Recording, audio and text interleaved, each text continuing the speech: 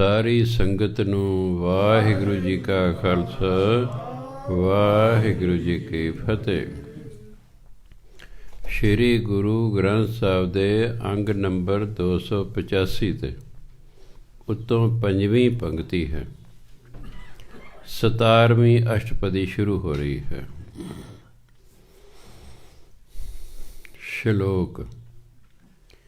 ਆਦਿ ਸੱਚ ਜੁਗਾਦ ਸੱਚ ਹੈ ਭੈ ਸੱਚ ਨਾਨਕ ਹੋਸੀ ਭੈ ਸੱਚ। ਜਪਜੀ ਸਾਹਿਬ ਦੇ ਵਿੱਚ ਭੱਬੇ ਨੂੰ ਬਿਹਾਰੀ ਨਾਲ ਹੈ ਭੀ, ਸੁਖਨੀ ਸਾਹਿਬ ਦੇ ਵਿੱਚ ਭੱਬੇ ਨੂੰ ਸਿਹਾਰੀ ਨਾਲ ਹੈ। ਇੱਕ ਥਾਂ ਤੇ ਮੈਂ ਪੜ੍ਹ ਰਿਹਾ ਸੀ ਕਿ ਪੰਚਮ ਪਾਤਸ਼ਾਹ ਗੁਰੂ ਨਾਨਕ ਦੇਵ ਜੀ ਦੇ ਵੱਡੇ ਸਾਹਿਬਜ਼ਾਦੇ ਸ਼੍ਰੀ ਚੰਦ ਜੀ ਨੂੰ ਮਿਲੇ। ਸੁਖਨੀ ਸਾਹਿਬ ਲਿਖੀ ਪੰਚਮ ਪਾਤਸ਼ਾਹ ਨੇ, ਕਹਿੰਦੇ ਜੀ ਤੁਸੀਂ ਵੀ ਕੁਛ ਲਿਖ ਦਿਓ। ਪੰਚਮ ਪਾਤਸ਼ਾਹ ਸ਼੍ਰੀ ਚੰਦ ਜੀ ਨੂੰ ਕਹਿੰਦੇ, ਉਹ ਕਹਿੰਦੇ ਦੇਖੋ ਇਹ ਰੱਬੀ ਬਾਣੀ ਹੈ, ਇਹ ਗੁਰੂ ਲਿਖਦੇ ਹੀ ਠੀਕ ਨੇ। ਮੈਂ ਤਾਂ ਗੁਰੂ ਦਾ ਪੁੱਤਰ ਹਾਂ, ਮੈਂ ਗੁਰੂ ਨਹੀਂ, ਪਰ ਮੈਂ ਲਿਖ ਨਹੀਂ ਸਕਦਾ ਆਪਣੇ ਵੱਲੋਂ, ਕਿਉਂਕਿ ਗੁਰੂ ਨੂੰ ਹੀ ਅਧਿਕਾਰ ਹੈ। ਹਾਂ ਮੈਂ ਇੰਨਾ ਕਰ ਦਿੰਦਾ, ਉਹਨਾਂ ਭੱਬੇ ਨੂੰ ਬਿਹਾਰੀ ਦੀ ਥਾਂ 'ਤੇ ਸਿਹਾਰੀ ਕਰਤੀ, ਕਦੇ ਬਸ ਮੇਰਾ ਹਿੱਸਾ ਪੈ ਗਿਆ ਵਿੱਚ। ਬਾਕੀ ਅੱਲਾ ਜਾਣੇ ਜਾ ਕੇ। ਕਹਿਣ ਦਾ ਭਾਵ ਹੈ ਆਦਿ ਸੱਚ, ਸੱਚ ਪਰਮਾਤਮਾ ਨੂੰ ਕਹਿੰਦੇ ਨੇ, ਕਿਉਂਕਿ ਜੋ ਸਦੀਵੀ ਹੈ ਉਹ ਸੱਚ ਹੈ। ਬਾਕੀ ਸਾਰਾ ਕੁਛ ਬਿਨਸਨ ਜਾਂ ਬਿਨਸ ਵਾਲਾ ਹੈ, ਉਹਨੂੰ ਗੁਰਬਾਣੀ ਲਿਖਿਆ ਕੂੜ। ਕੂੜ ਰਾਜਾ, ਕੂੜ ਪਰਜਾ, ਕੂੜ ਸਭ ਸੰਸਾਰ, ਕਿਉਂਕਿ ਸਭ ਬਿਨਸ ਜਾਣ ਵਾਲਾ ਹੈ। ਸਦਾ ਰਹਿਣ ਵਾਲਾ ਸਿਰਫ ਪਰਮਾਤਮਾ ਹੈ, ਇਸ ਲਈ ਉਹਨੂੰ ਕਹਿੰਦੇ ਸਤ। ਆਦਿ ਸੱਚ, ਸਤ ਜਾਂ ਸੱਚ ਇੱਕੋ ਹੀ ਗੱਲ ਹੈ। ਆਦਿ ਹੁੰਦਾ ਆਰੰਭ।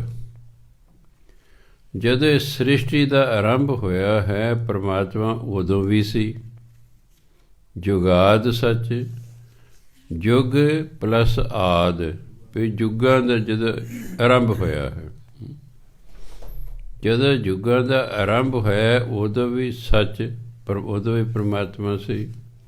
ਹੈ ਭੈ ਸੱਚ, ਹੁਣ ਵੀ ਪਰਮਾਤਮਾ ਹੈ। ਨਾਨਕ ਹੋਸੀ ਭੈ ਸੱਚ, ਅਤੇ ਫਿਰ ਵੀ ਪਰਮਾਤਮਾ ਹੋਵੇਗਾ।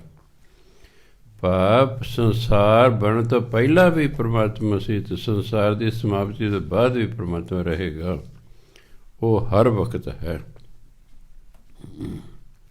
ਅਸ਼ਟਪਦੀ। ਚਰਨ ਸਤ, ਸਤ ਪਰਸਨਹਾਰ। ਪਹਿਲਾ ਜਿਹੜਾ ਸਤ ਹੈ ਉਹ ਚਰਨ ਦੇ ਨਾਲ ਹੈ, ਦੂਜਾ ਸਤ ਜਿਹੜਾ ਹੈ ਉਹ ਪਰਸਨਹਾਰ ਨਾਲ ਹੈ। ਚਰਨ ਸਤ, ਪਰਮਾਤਮਾ ਦੇ ਚਰਨ ਵੀ ਸਤ ਨੇ, ਸਦਾ ਰਹਿਣ ਵਾਲੇ ਨੇ। ਸਤ ਪਰਸਨਹਾਰ, ਪਰਸਨ ਹੁੰਦਾ ਜਿਹੜਾ ਚਰਨਾਂ ਨੂੰ ਛੂੰਹਦਾ ਹੈ। ਕਈ ਲੋਕ ਚਰਨਾਂ ਨੂੰ ਹੱਥ ਲਾਉਂਦੇ ਨੇ, ਕਈ ਚਰਨਾਂ 'ਤੇ ਮੱਥਾ ਟੇਕਦੇ ਨੇ।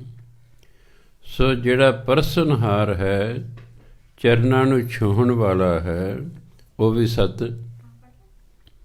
ਪੂਜਾ ਸਤ, ਸਤ ਸੇਵਦਾਰ। ਪਰਮਾਤਮਾ ਦੀ ਪੂਜਾ ਵੀ ਸਤ, ਅਤੇ ਜਿਹੜਾ ਪੂਜਾ ਕਰ ਰਿਹਾ ਸੇਵਾਦਾਰ ਉਹ ਵੀ ਸਤ। ਦਰਸ਼ਨ ਸਤ, ਸਤ ਪੇਖਣਹਾਰ। ਪਰਮਾਤਮਾ ਦੇ ਦਰਸ਼ਨ ਵੀ ਸਤ।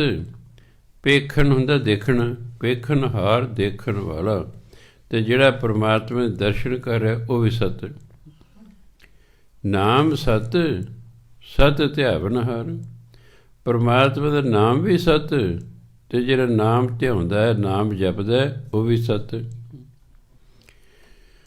ਆਪ ਸਤ, ਸਤ ਸਭ ਧਾਰੀ। ਪਰਮਾਤਮਾ ਆਪ ਸਤ ਹੈ, ਅਤੇ ਜੋ ਕੁਛ ਉਸਨੇ ਬਣਾਇਆ ਹੈ ਉਹ ਸਤ ਹੈ।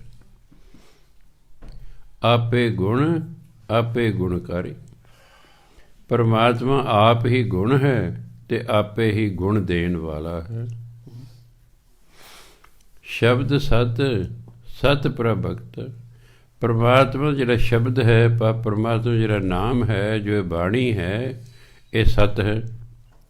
ਸਤ ਪ੍ਰਭਗਤ, ਭਗਤਾਂ ਦਾ ਬੋਲਣਾ, ਬੋਲਣ ਵਾਲਾ, ਤੇ ਜਿਹੜਾ ਸ਼ਬਦ ਨੂੰ ਬੋਲਣ ਵਾਲਾ ਹੈ, ਜੋ ਸ਼ਬਦ ਨੂੰ ਬੋਲਦਾ ਹੈ, ਉਹ ਵੀ ਸਤ ਹੈ। ਜਿਹੜਾ ਪਰਮਾਤਮਾ ਬਾਰੇ ਬੋਲਦਾ ਹੈ, ਪਰਮਾਤਮਾ ਦਾ ਨਾਮ ਜਪਦਾ ਹੈ, ਉਹ ਵੀ ਸਤ ਹੈ। ਸੁਰਤ ਸਤ, ਸਤ ਜਸ ਸੁਣਤਾ। ਧਿਆਨ ਵੀ ਸਤ ਹੈ, ਤੇ ਜਿਹੜਾ ਸੁਣ ਰਿਹਾ ਹੈ ਉਹ ਵੀ ਸਤ ਹੈ। ਪਰਮਾਤਮਾ ਦਾ ਜਿਹੜਾ ਧਿਆਨ ਧਰਨਾ ਹੈ, ਇਹ ਵੀ ਸਤ ਹੈ, ਤੇ ਜਿਹੜਾ ਸੁਣਨਾ ਹੈ ਉਹ ਵੀ ਸਤ ਹੈ। ਬੁੱਝਣ ਹਾਰ ਕੋ ਸਤ ਸਭ ਹੋਏ।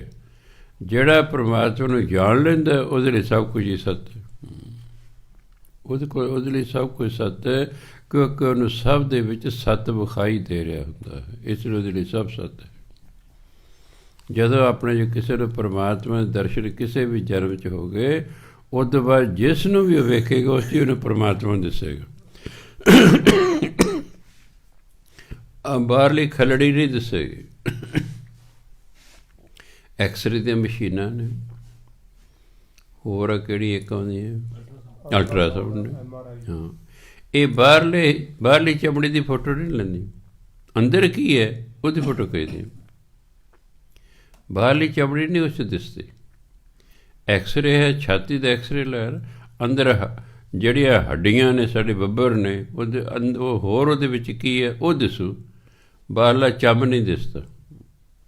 ਇਸੇ ਤਰ੍ਹਾਂ ਜਦੋਂ ਪਰਮਾਤਮਾ ਦੇ ਦਰਸ਼ਨ ਹੁੰਦੇ ਨਾ, ਫਿਰ ਸਭ ਦੇ ਪਰਮਾਤਮਾ ਦਿਸ ਰਿਹਾ ਹੁੰਦਾ, ਬਾਹਰੋਂ ਨਹੀਂ ਦਿਸ ਰਿਹਾ ਕੁੱਤਾ ਹੈ, ਬਿੱਲੀ ਹੈ, ਬੰਦਾ ਕਿ ਜਨਾਨੀ, ਨਹੀਂ, ਉਹਨੂੰ ਸਿਰਫ ਉਹਦੇ ਵਿੱਚ ਜਿਹੜਾ ਵਿੱਚ ਹੈ ਉਹ ਦਿਸ ਰਿਹਾ ਹੁੰਦਾ। ਉੱਥੇ ਜਾ ਕੇ ਫਿਰ ਬਾਣੀ ਲਿਖਿਆ, ਸਭ ਗੋਬਿੰਦ ਹੈ, ਸਭ ਗੋਬਿੰਦ ਹੈ, ਗੋਬਿੰਦ ਬਿਨ ਨਹੀਂ ਕੋਈ। ਉਹ ਤੋਂ ਪਹਿਲਾਂ ਨਹੀਂ ਸਮਝ ਆਉਂਦੀ ਇਸ ਲਾਈਨ ਦੀ। ਠੀਕ ਅਰਥ ਕਰਤੇ ਵੀ ਸਭ ਪਾਸੇ ਗੋਬਿੰਦ ਹੀ ਗੋਬਿੰਦ, ਗੋਬਿੰਦ ਤੋਂ ਬਿਨਾਂ ਕੁਛ ਨਹੀਂ। ਤੇ ਵਾਲਾ ਕਹਿੰਦਾ ਅਸੀਂ ਫਿਰ ਕੀ ਹੈ? ਜੇ ਗੋਬਿੰਦ ਤੋਂ ਬਿਨਾਂ ਕੁਛ ਨਹੀਂ, ਤੇ ਆਹ ਕੁੱਤੇ ਬਿੱਲੀਆਂ ਇੰਨਾ ਕੁਛ, ਇਹ ਕੀ ਹੈ? ਇਹ ਅਜੇ ਸਾਡੀ ਸਮਝ ਇਸ ਲਈ ਬਾਹਰ ਹੈ, ਇਸ ਲਈ ਬਾਹਰ ਹੈ। ਨਾਮਦੇਵ ਨੂੰ ਕੁੱਤੇ 'ਚ ਰੱਬ ਦਿਸ ਰਿਹਾ ਹੈ, ਲੋਕਾਂ ਨੂੰ ਕੁੱਤਾ ਦਿਸ ਰਿਹਾ।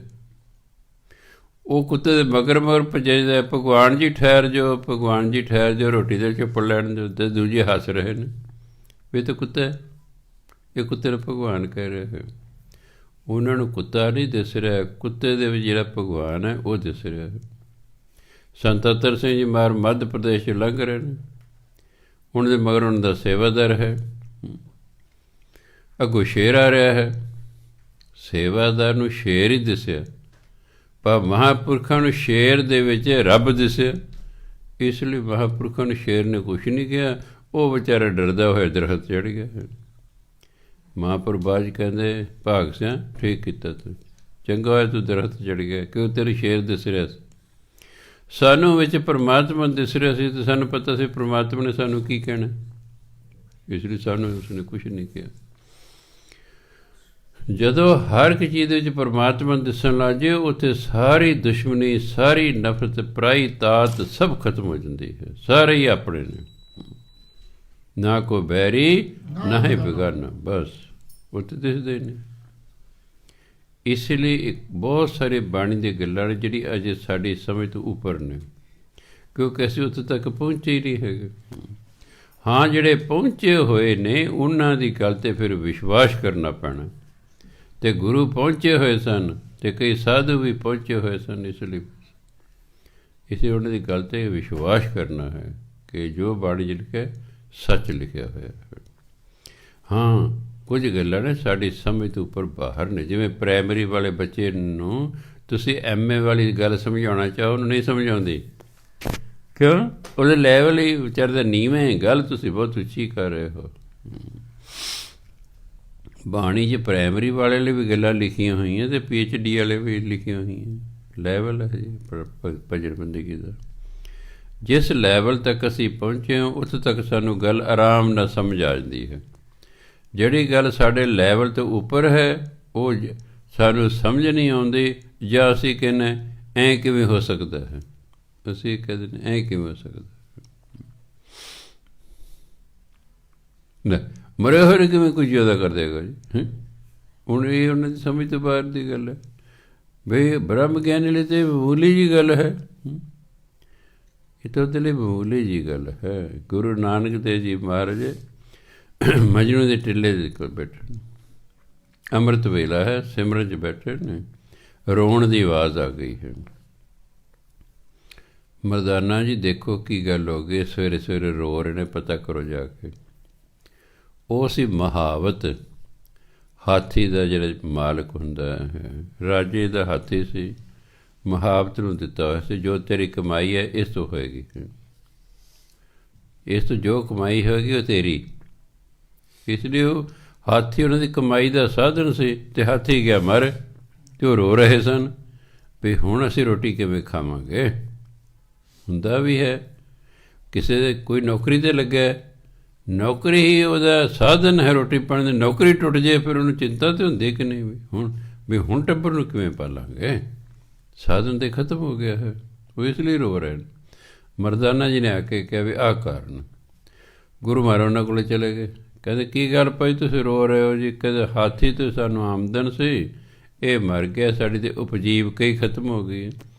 ਗੁਰੂ ਮਹਾਰਾਜ ਸਾਹਿਬ ਕਹਿੰਦੇ ਭਾਈ ਨਹੀਂ, ਇਹ ਮਰਿਆ ਨਹੀਂ ਹੈ, ਇਹ ਤਾਂ ਵੈਸੇ ਲੇਟਿਆ ਹੋਇਆ, ਲਿਆ ਪਾਣੀ ਲਿਆ, ਥੋੜ੍ਹੇ ਪਾਣੀ ਛਿੜਕਿਆ। ਗੁਰੂ ਮਹਾਰਾਜ ਹਾਥੀ ਖੜ੍ਹਾ ਹੋ ਗਏ। ਉਹ ਤਾਂ ਰੌਲਾ ਪੈ ਗਿਆ ਸਾਰੀ ਦਿੱਲੀ 'ਚ ਵੀ ਗੁਰੂ ਮਹਾਰਾਜ ਨੇ ਮਰੇ ਹੋਏ ਹਾਥੀ ਨੂੰ ਜਿਉਂਦਿਆਂ ਕਰਤੇ। ਅਤੇ ਉਸ ਵੇਲੇ ਮੁਸਲਮਾਨਾਂ ਦਾ ਰਾਜ ਸੀ, ਉਹ ਰਾਜੇ ਨੇ ਸੱਦ ਲਿਆ ਹੈ, ਹਾਥੀ ਵਾਲਾ ਵੀ ਸੱਦ ਲਿਆ ਹੈ। ਰਾਜਾ ਕਹਿੰਦਾ ਮੈਨੂੰ ਪਤਾ ਲੱਗਾ ਕਿ ਤੁਸੀਂ ਹਾਥੀ ਨੂੰ ਜਿਉਂਦਾ ਕਰਤਾ ਹੈ। ਕਹਿੰਦੇ ਹਾਂ ਜਿਉਂਦੇ ਕਰ ਦਿੱਤਾ, ਅਸੀਂ ਅੱਲਾ ਦੇ ਨਾਮ 'ਤੇ ਜਿਉਂਦੇ ਕੀਤੇ, ਅਸੀਂ ਅੱਲਾ ਨੂੰ ਕਿਹਾ ਇਹਨੂੰ ਜਿਉਂਦੇ ਕਰ ਦਿਓ, ਉਹਨੇ ਜਿਉਂਦੇ ਕਰਤਾ ਹੈ। ਕਹਿੰਦੇ ਮਾਰ ਕੇ ਦਿਖਾਓ। ਕਹਿੰਦੇ ਮਾਰਨ ਵਾਲਾ ਤਾਂ ਅੱਲਾ ਹੈ, ਉਹਦੀ ਮਰਜ਼ੀ ਹੈ ਮਾਰੇ ਨਾ ਮਾਰੇ। ਕਹੇ ਜੇ ਤੁਸੀਂ ਜਿਉਂਦੇ ਕਰ ਫਿਰ ਮਾਰ ਵੀ ਸਕਦੇ ਹੋ। ਕਹਿੰਦਾ ਇਹ ਗੁਰੂ ਨਾਨਕ ਦੇ ਨਾਮ 'ਤੇ ਮਰ ਜਾ, ਅਤੇ ਅਸੀਂ ਮਰ ਗਿਆ, ਚੜਾਮ ਕਰ ਡੇ ਪਿਆ। ਰਾਜਾ ਕਹਿੰਦਾ ਜਿਉਂਦਿਆਂ ਕਰੋ। ਕਹਿੰਦਾ ਦੇਖੋ ਅੱਲਾ ਨੇ ਮਾਰਿਆ ਸੀ ਅਤੇ ਅੱਲਾ ਦੇ ਭਗਤ ਮੈਂ ਇਹਨੂੰ ਜਿਉਂਦਿਆਂ ਕਰਤਾ ਸੀ, ਹੁਣ ਮੈਂ ਮਾਰਤਾ, ਦੁਨੀਆ ਦੀ ਕੋਈ ਤਾਕਤ ਨਹੀਂ ਜਿਉਂਦਿਆਂ ਕਰ ਸਕਦੀ, ਹੁਣ ਨਹੀਂ ਦੁਨੀਆ ਦੀ ਕੋਈ ਤਾਕਤ ਜਿਉਂਦਿਆਂ ਕਰਦੀ। ਰੱਬ ਮਾਰਦਾ ਹੈ, ਉਹਦਾ ਭਗਤ ਜਿਉਂਦਿਆਂ ਕਰਦਾ, ਪਰ ਜਿਹਨੂੰ ਭਗਤ ਮਾਰਦੇ ਨਾ ਉਹਨੂੰ ਰੱਬ ਵੀ ਨਹੀਂ ਜਿਉਂਦਿਆਂ ਕਰ ਸਕਦੇ। ਇੰਨੀ ਤਾਕਤ ਰੱਬ ਨੇ ਆਪਣੇ ਭਗਤਾਂ ਨੂੰ ਦਿੱਤੀ ਹੈ, ਪਤਾ ਨਹੀਂ ਸਾਨੂੰ ਕਿਉਂ ਨਹੀਂ ਸਮਝ ਆਉਂਦੀ। ਅਸੀਂ ਧੱਕੇ ਧੋੜੇ ਜਿਹੇ ਖਾਈ ਜਾਂਦੇ ਹਾਂ, ਸਾਨੂੰ ਸਮਝ ਹੀ ਨਹੀਂ ਆਉਂਦੀ। ਅਸੀਂ ਜ਼ਿੰਦਗੀ ਵਿਅਰਥ ਗੁਆਰੇ ਹਾਂ, ਗੱਪਾਂ ਜੀ ਮਾਰੀ ਜਾਂਦੇ ਹਾਂ, ਅਖਬਾਰਾਂ ਜੀ ਪੜ੍ਹੀ ਜਾਂਦੇ ਹਾਂ, ਦੇਖੀ ਜਾਂ ਪੋਲੀਟੀਕਲ, ਇਹਨਾਂ ਦਾ ਕੀ ਹੁੰਦਾ।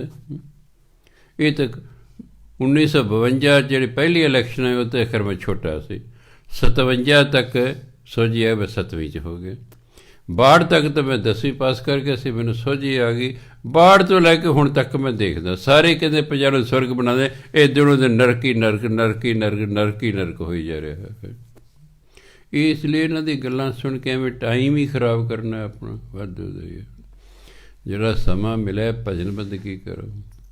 ਭਜਨ ਬੰਦਗੀ ਇੰਨੀ ਤਾਕਤ ਪਰਮਾਤਮਾ ਨੇ ਦਿੱਤੀ ਹੋਈ ਹੈ, ਕਹਿੰਦੇ ਮੈਂ ਤਾਂ ਜੋ ਲਿਖਦਾ ਲਿਖਦਾ, ਸਾਧੂ ਅਤੇ ਗੁਰੂ ਮੇਰੀ ਲਿਖਤ ਨੂੰ ਬਦਲ ਸਕਦਾ ਹੈ।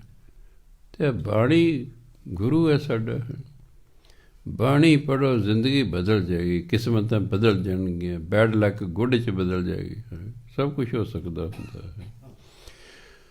ਜਦੋਂ ਕਦੇ ਸਮਝ ਵਾਕਈ ਆ ਗਈ ਨਾ, ਬਹਿ ਗਿਆ ਦਿਮਾਗ ਦੇ ਵਿੱਚ ਹੈ ਕਿ ਯਾਰ ਪਰਮਾਤਮਾ ਨੇ ਆਪਣੇ ਭਗਤਾਂ ਨੂੰ ਇੰਨੀ ਤਾਕਤ ਦਿੱਤੀ ਹੋਈ ਹੈ। ਮੇਰੀ ਬੰਦੀ ਭਗਤ ਛੁਡਾਵੇ, ਬੰਦ ਹੈ ਭਗਤ ਨੇ ਛੁਟੇ।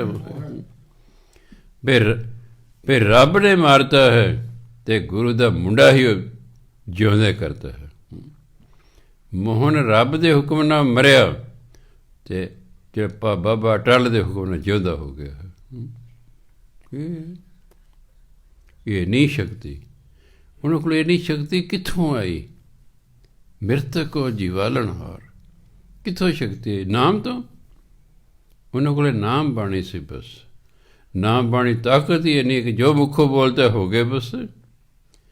ਨਾਮ ਜਪਦਿਆਂ ਜਪਦਿਆਂ ਜਿੱਦੇ ਨਾਮ ਤੁਹਾਡੇ ਮੁੱਖ 'ਤੇ ਵਸ ਗਿਆ ਨਾ, ਇਹ ਸਾਡੇ ਮੁੱਖ 'ਤੇ ਵਸਦਾ ਕਿ ਅਸੀਂ ਝੂਠ ਬੋਲਦੇ ਰਹਿੰਦੇ ਹਾਂ, ਉਹ ਜ਼ੁਬਾਨ ਫਿਰ ਜਿਹੜੀ ਮੈਲੀ ਹੋ ਜਾਂਦੀ ਹੈ।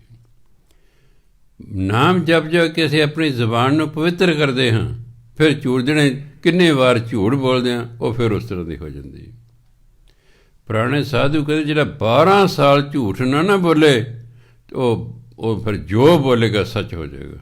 ਇੰਨੀ ਰਸਨਾ ਪਵਿੱਤਰ ਹੋ ਜਾਏਗੀ ਨਾ ਝੂਠ ਬੋਲਣ ਕਰਕੇ ਕਿ ਜੋ ਬੋਲੇਗਾ ਫਿਰ ਸੱਚ ਹੋ ਜਾਏਗਾ। ਇੰਨੀ ਤਾਕਤ ਆ ਜਾਂਦੀ ਹੈ ਨਾਮ ਬਣ ਜੀ, ਇੰਨੀ ਤਾਕਤ ਹੈ। ਪਰਮਾਤਮਾ ਕਰੇ ਸਾਨੂੰ ਤੁਹਾਨੂੰ ਸਮਝ ਆ ਜਾਏ। ਹਾਂ ਅਸੀਂ ਬਜਾਏ ਭਟਕੀ ਜਾਣ ਦੇ ਜ਼ਿੰਦਗੀਆਂ ਦੇ ਵਿੱਚ ਆਪਣੇ ਜੀਵਨ ਨੂੰ ਲੇਖੇ ਲਾ ਦਈਏ। ਫਿਰ ਤੁਸੀਂ ਜੋ ਮੰਗਿਆ ਕਰੋਗੇ ਮਿਲੇਗਾ, ਕਿਉਂਕਿ ਤੁਸੀਂ ਜੋ ਕਿਹਾ ਰੱਬ ਨੇ ਪੂਰਾ ਕਰ ਦੇਣਾ। ਤੁਸੀਂ ਜੋ ਮੰਗੋਗੇ ਮਿਲ ਜਾਏਗਾ, ਕਿਉਂਕਿ ਜਿਸ ਰਸਨਾ ਨਾਲ ਤੁਸੀਂ ਮੰਗ ਰਹੇ ਹੋ ਉਹ ਰਸਨਾ ਹੀ ਪਵਿੱਤਰ ਹੋ ਗਈ ਹੈ। ਜਿਸ ਮਨ ਨਾਲ ਤੁਸੀਂ ਮੰਗ ਰਹੇ ਹੋ ਮਨ ਹੀ ਪਵਿੱਤਰ ਹੋ ਗਿਆ ਹੈ। ਨਾਮ ਜਪ ਜਪ ਜਪ ਬਾਣੀ ਪੜ੍ਹ ਕੇ। ਝੂਠ ਬੋਲਣ ਤੋਂ ਗੁਰੇਜ਼ ਕਰਨਾ ਹੈ ਅਤੇ ਨਿੰਦਿਆ ਕਰ ਤੋਂ ਬਿਲਕੁਲ ਗੁਰੇਜ਼ ਕਰਨਾ ਹੈ। ਜਿੱਥੋਂ ਤੱਕ ਹੋ ਸਕੇ ਐਵੇਂ ਨਿੰਦਿਆ ਨਹੀਂ ਕਰਨੀ। ਕੀ ਪਤਾ ਜੋ ਅਸੀਂ ਸੁਣਿਆ ਹੈ ਉਹ ਸੱਚ ਹੈ ਕਿ ਨਹੀਂ ਹੈ। ਅਸੀਂ ਸੁਣਿਆ ਸੁਣਾਏ ਇੱਕ ਦੂਜੇ ਨਿੰਦਿਆ ਕਰਨ ਲੱਗ ਜਾਂਦੇ ਆ। ਸੋ ਇਸ ਲਈ ਜਿੰਨਾ ਵੀ ਸਮਾਂ ਮਿਲੇ ਭਜਨ ਬੰਦਗੀ 'ਤੇ ਲਾਓ। ਇਹ ਸਮਾਂ ਲੇਖੇ ਲੱਗਦਾ ਹੈ। ਥੋੜ੍ਹਾ ਜਿਹਾ ਤਾਂ ਸਮਾਂ ਜ਼ਿੰਦਗੀ ਦਾ ਮਿਲਿਆ ਹੋਇਆ। ਹਮ ਆਦਮੀ ਹੈ ਇੱਕ ਦਮੀ ਮੋਹਲਤ ਮੌਤ ਨਾ ਜਾਣਾ। ਦਮ ਆ ਗਿਆ, ਸਾਹ ਆ ਗਿਆ, ਬਸ ਆਦਮੀ ਆ। ਨਹੀਂ ਸਾਹ ਆਇਆ ਅਤੇ ਬਸ ਡੈਡ ਬੋਡੀ ਹੋ ਜਾਂਦੀ। ਕਾਢੋ ਹੋਈ ਫਿਰ। ਇਸ ਲਈ ਗੁਰੂ ਮਹਾਰਾਜ ਕਹਿੰਦੇ ਬੁੱਝਣ ਹਾਰ ਕੋ ਸਤ ਸਭ ਹੋਏ। ਜੋ ਪਰਮਾਤਮਾ ਨੂੰ ਬੁੱਝ ਲੈਂਦਾ ਹੈ, ਜਾਣ ਲੈਂਦਾ, ਉਹਦੇ ਲਈ ਸਭ ਕੁਝ ਹੀ ਸਤ ਹੈ। ਨਾਨਕ ਸਤ ਸਤ ਪ੍ਰਭ ਸੋਏ।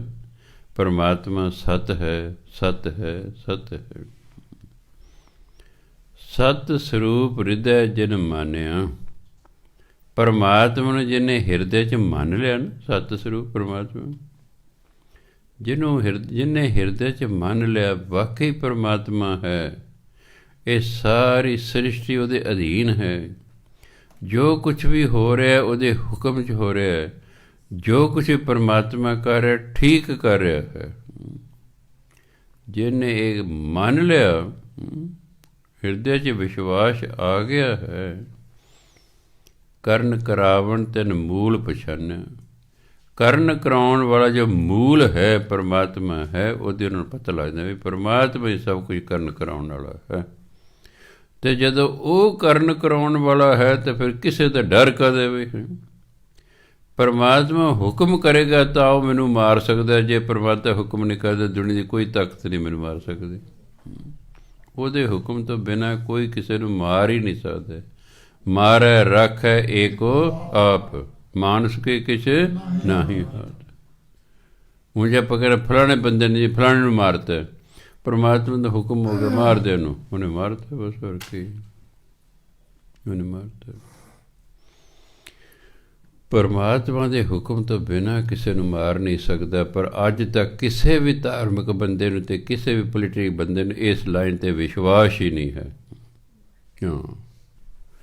ਕਿਸੇ ਸੰਤ ਮਹਾਤਮਾ ਨੂੰ ਇਸ 'ਤੇ ਕੋਈ ਵਿਸ਼ਵਾਸ ਨਹੀਂ। ਸਭ ਬੋਡੀਗਾਰਡ ਲਈ ਫਿਰਦੇ ਨੇ ਅਤੇ ਪੋਲੀਟੀਕਲ ਬੰਦੇ ਤਾਂ ਵਿਚਾਰਿਆਂ ਨੂੰ ਬਿਲਕੁਲ ਵੀ ਨਹੀਂ ਹੈਗੇ। ਇਲੈਕਸ਼ਨ ਆਜ਼ਾਦ ਲੜ ਰਿਹਾ, ਬੋਡੀਗਾਰਡ ਲੈ ਰੱਖੇ। ਦੱਸ ਤੂੰ ਪਹਿਲੇ ਇੱਥੇ ਗਲੀਆਂ 'ਚ ਫਿਰਦੇ, ਹੁਣ ਤੈਨੂੰ ਕੋਈ ਮਾਰ ਕੇ ਦਾਣੇ ਲੈਣੇ ਨੇ। ਤੈਨੂੰ ਮਾਰੀ 2.5 ਤਾਂ ਤੈਨੂੰ ਵੋਟਾਂ ਨਹੀਂ ਮਿਲਣੀ। ਕਿਉਂ ਵੀ ਤੈਨੂੰ ਮਾਰ ਕੇ ਕਿਸੇ ਨੇ ਕੀ ਲੈਣਾ? ਜੇ ਤੇਰੀ ਕੋਈ ਦਾਮ ਹੁੰਦਾ ਪਾਰਟੀ ਨਾ ਤੈਨੂੰ ਟਿਕਟ ਦਿੰਦੇ। ਬਸ ਐਵੇਂ ਕਈਆਂ ਨੂੰ ਖੜਿਆਂ ਕਰਦੇ ਜਾਣ ਬੁੱਝ ਕੇ, ਵਿਰੋਧੀ ਪਾਰਟੀ ਖੜਿਆਂ ਕਰਦੇ ਵੀ ਇਹ ਨਾ ਫਲਾਣੇ ਦੀ ਵੋਟਾਂ ਤੋੜੂਗਾ। ਅੱਛਾ ਕੋਈ ਨਹੀਂ, ਪੈਸੇ ਖਰਚਾ ਸਾਡਾ ਸਾਰਾ, ਨਾਲ ਹੋਰ ਜੇਬ ਖਰਚਾ, ਖੜ ਜਾ ਤੂੰ। ਚੱਲ ਜਿਹੜੀ 100-200 ਵੋਟ ਲੈ ਲੈ ਔਰ ਦੂਜੇ ਦੀ ਖਰਾਬ ਕਰਦੀ। ਇਹ ਵੀ ਖੜੇ ਕਰਦੇ ਨੇ। ਕਈ ਇਸ ਲਈ ਖੜੇ ਨੇ ਵੀ ਦੂਜੇ ਸਾਨੂੰ ਪੈਸੇ ਦੇਣ, ਯਾਰ ਬਹਿ ਜਾ ਤੂੰ, ਹੈ ਪੈਸੇ ਲੈ ਕੇ ਬਹਿ ਜਾਊਂਗਾ। ਚੱਲ ਕੋਈ ਗੱਲਾਂ ਹੁੰਦੀਆਂ। ਸੋ ਇਸ ਲਈ ਆਪਾਂ ਇਹਨਾਂ ਵੱਲ ਬਹੁਤੀ ਚਿੰਤਾ ਕਰਨ ਦੀ ਲੋੜ ਨਹੀਂ ਹੈ। ਧਿਆਨ ਦੇਣ ਦੀ ਹੈ, ਆਪਣੀ ਭਜਨ ਬੰਦਗੀ ਕਰੇ ਜਾਓ। ਜਾ ਕੇ ਹਿਰਦੈ ਵਿਸ਼ਵਾਸ ਪ੍ਰਭ ਆਇਆ। ਜਿਹਨੂੰ ਪਰਮਾਤਮਾ 'ਤੇ ਵਿਸ਼ਵਾਸ ਆ ਗਿਆ ਨਾ, ਤਤ ਗਿਆਨ ਤਿਸ ਮਨ ਪ੍ਰਗਟਾਇਆ। ਤਤ ਗਿਆਨ ਦਾ ਰੱਬੀ ਗਿਆਨ। ਰੱਬੀ ਗਿਆਨ ਉਹਦੇ ਮਨ 'ਚ ਪ੍ਰਗਟ ਹੋ ਜਾਂਦਾ ਹੈ, ਬ੍ਰਹਮ ਗਿਆਨ ਉਹਦੇ ਮਨ 'ਚ ਪ੍ਰਗਟ ਹੋ ਜਾਂਦਾ, ਉਹ ਬ੍ਰਹਮ ਗਿਆਨੀ ਹੋ ਜਾਂਦਾ ਹੈ। ਵਿਸ਼ਵਾਸ ਹੀ ਨਹੀਂ ਨਾ ਇੱਥੇ ਡੋਲ ਜਾਂਦਾ ਵਿਸ਼ਵਾਸ।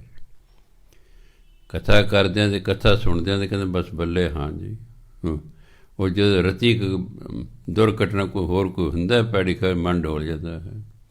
ਵਿਸ਼ਵਾਸ ਨਹੀਂ ਨਾ ਵੱਜਦਾ।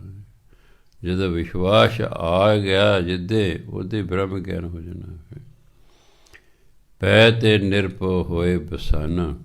ਫਿਰ ਕੀ ਹੁੰਦਾ, ਸਾਰੇ ਭੈਵਾਂ ਤੋਂ ਮਨੁੱਖ ਨਿਰਭਉ ਹੋ ਜਾਂਦਾ, ਨਿਰਭਉ ਹੋ ਕੇ ਵਸਦਾ, ਉਹ ਡਰ ਹੀ ਖਤਮ ਹੋ ਜਾਂਦਾ। ਉਹਦਾ ਡਰ ਹੀ ਖਤਮ ਹੋ ਜਾਂਦਾ ਹੈ ਕਿ ਪਰਮਾਤਮਾ ਦੇ ਹੁਕਮ ਤੋਂ ਬਿਨਾਂ ਕੋਈ ਮੇਰਾ ਕੁਛ ਵਿਗਾੜ ਹੀ ਨਹੀਂ ਸਕਦਾ, ਇਸ ਲਈ ਉਹਨੂੰ ਡਰ ਹੀ ਕੋਈ ਨਹੀਂ ਹੁੰਦਾ। ਸਾਨੂੰ ਤਾਂ ਐਸਾ ਅੰਦਰੋਂ ਜੰਦਰੇ ਲਾ ਕੇ ਰੱਖਦੇ ਕਿਤੇ ਚੋਰ ਨਾ ਆ ਜਾਏ।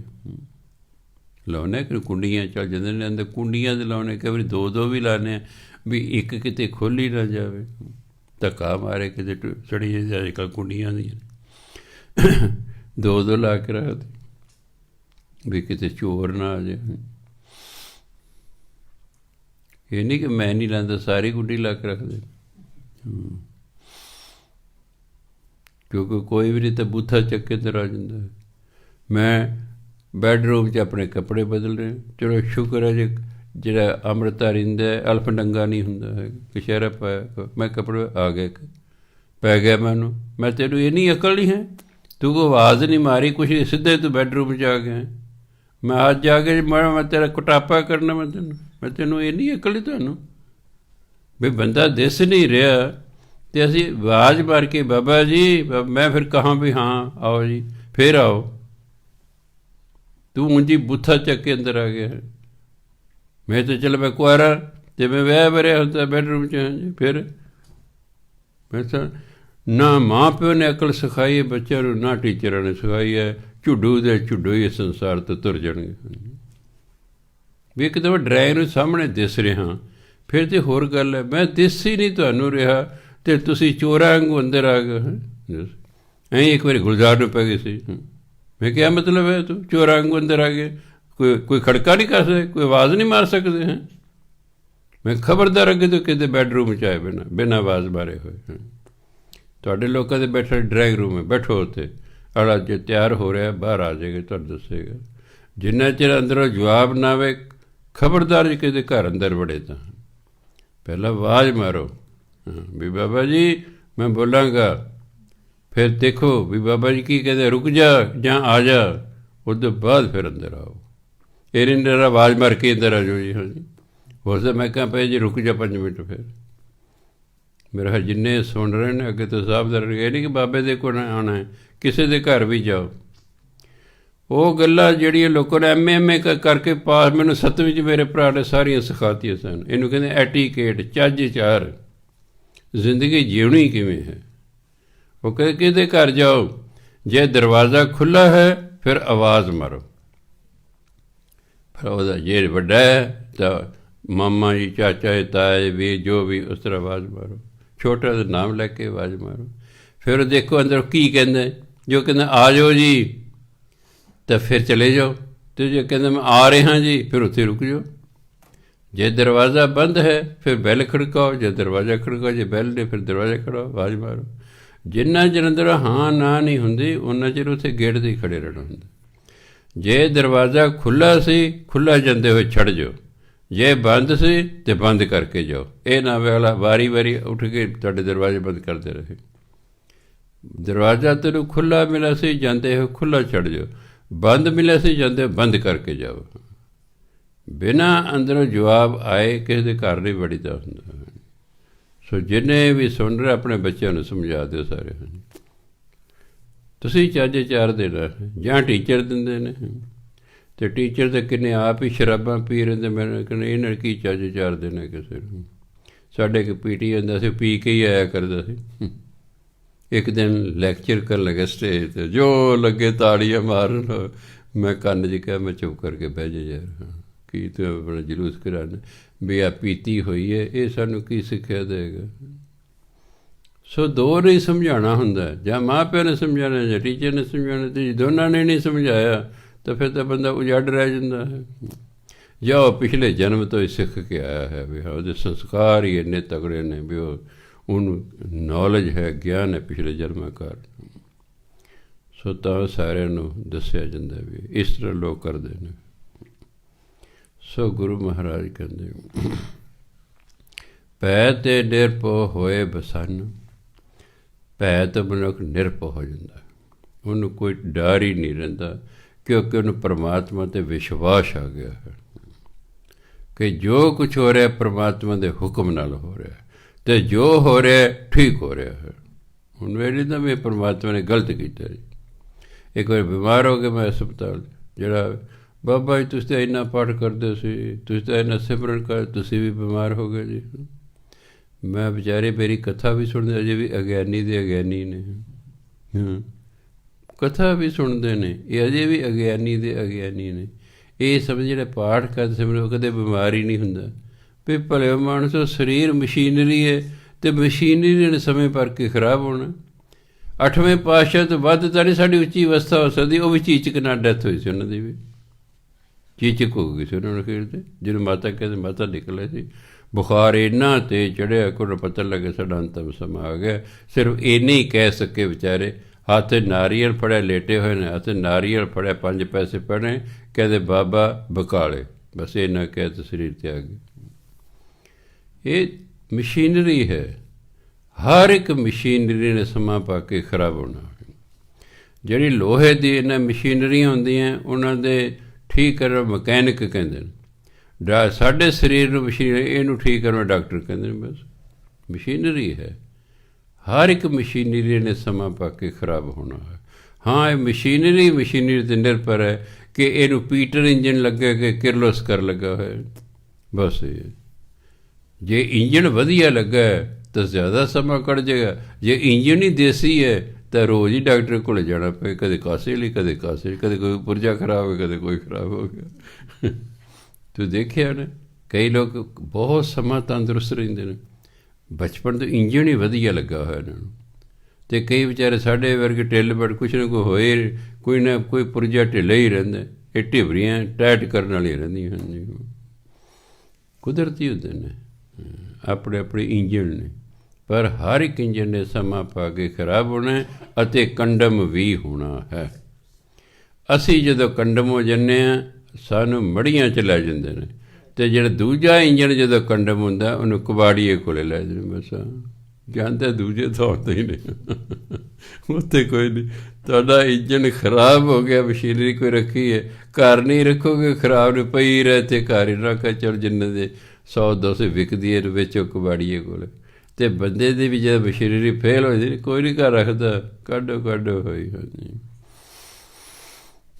ਸੋ ਇਸ ਲਈ ਨਿਰਭਉ ਹੋ ਜਾਂਦਾ ਹੈ ਮਨੁੱਖ, ਕੋਈ ਭੈ ਨਹੀਂ ਉਹਨੂੰ ਰਹਿੰਦਾ।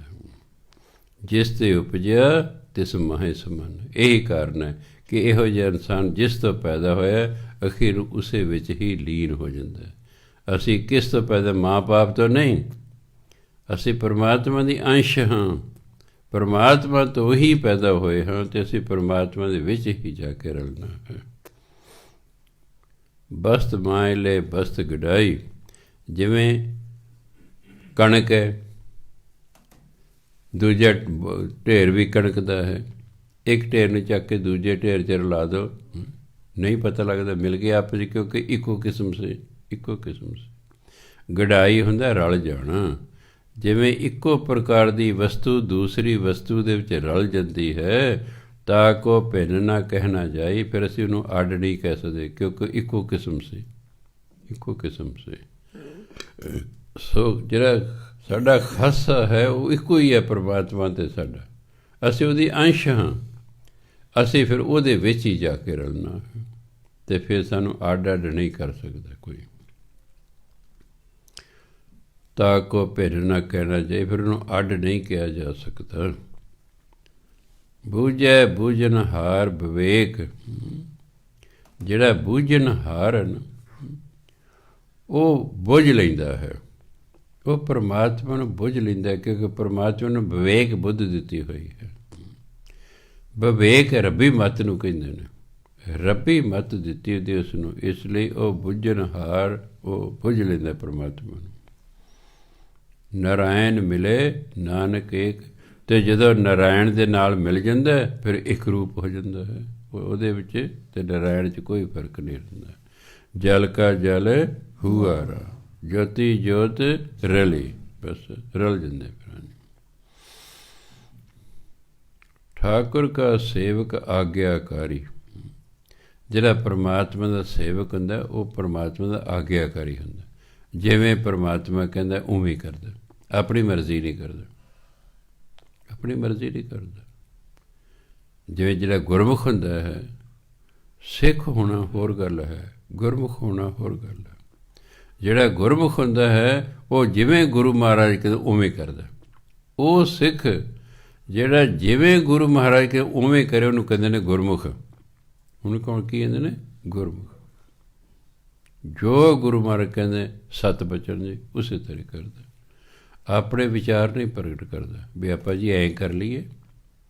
ਭਾਈ ਲਹਿਣਾ ਜੀ 7 ਸਾਲ ਗੁਰੂ ਨਾਨਕ ਦੇਵ ਜੀ ਕੋਲ ਗਏ, ਇੱਕ ਵਾਰ ਵੀ ਉਹਨਾਂ ਨੇ ਕੋਈ ਸਲਾਹ ਨਹੀਂ ਗੁਰੂ ਨਾਨਕ ਦੇਵ ਦਿੱਤੀ ਵੀ ਐਂ ਕਰ ਲਓ ਜੀ ਆਪਾਂ ਐਂ ਕਰ ਲਈਏ।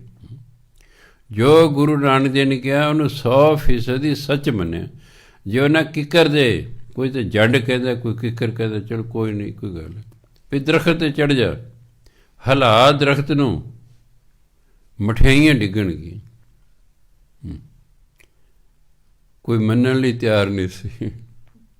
ਗੁਰੂ ਨਾਨਕ ਦੇਵ ਦੇ ਕੋਲ ਕਿੰਨੇ ਸਾਲਾਂ ਤੋਂ ਰਹਿ ਰਹੇ ਸਨ, ਪਰ ਗੁਰੂ ਨਾਨਕ ਦੇਵ ਨੂੰ ਸਮਝ ਹੀ ਨਹੀਂ ਸਕੇ ਵੀ ਗੁਰੂ ਨਾਨਕ ਕਿਉਂ।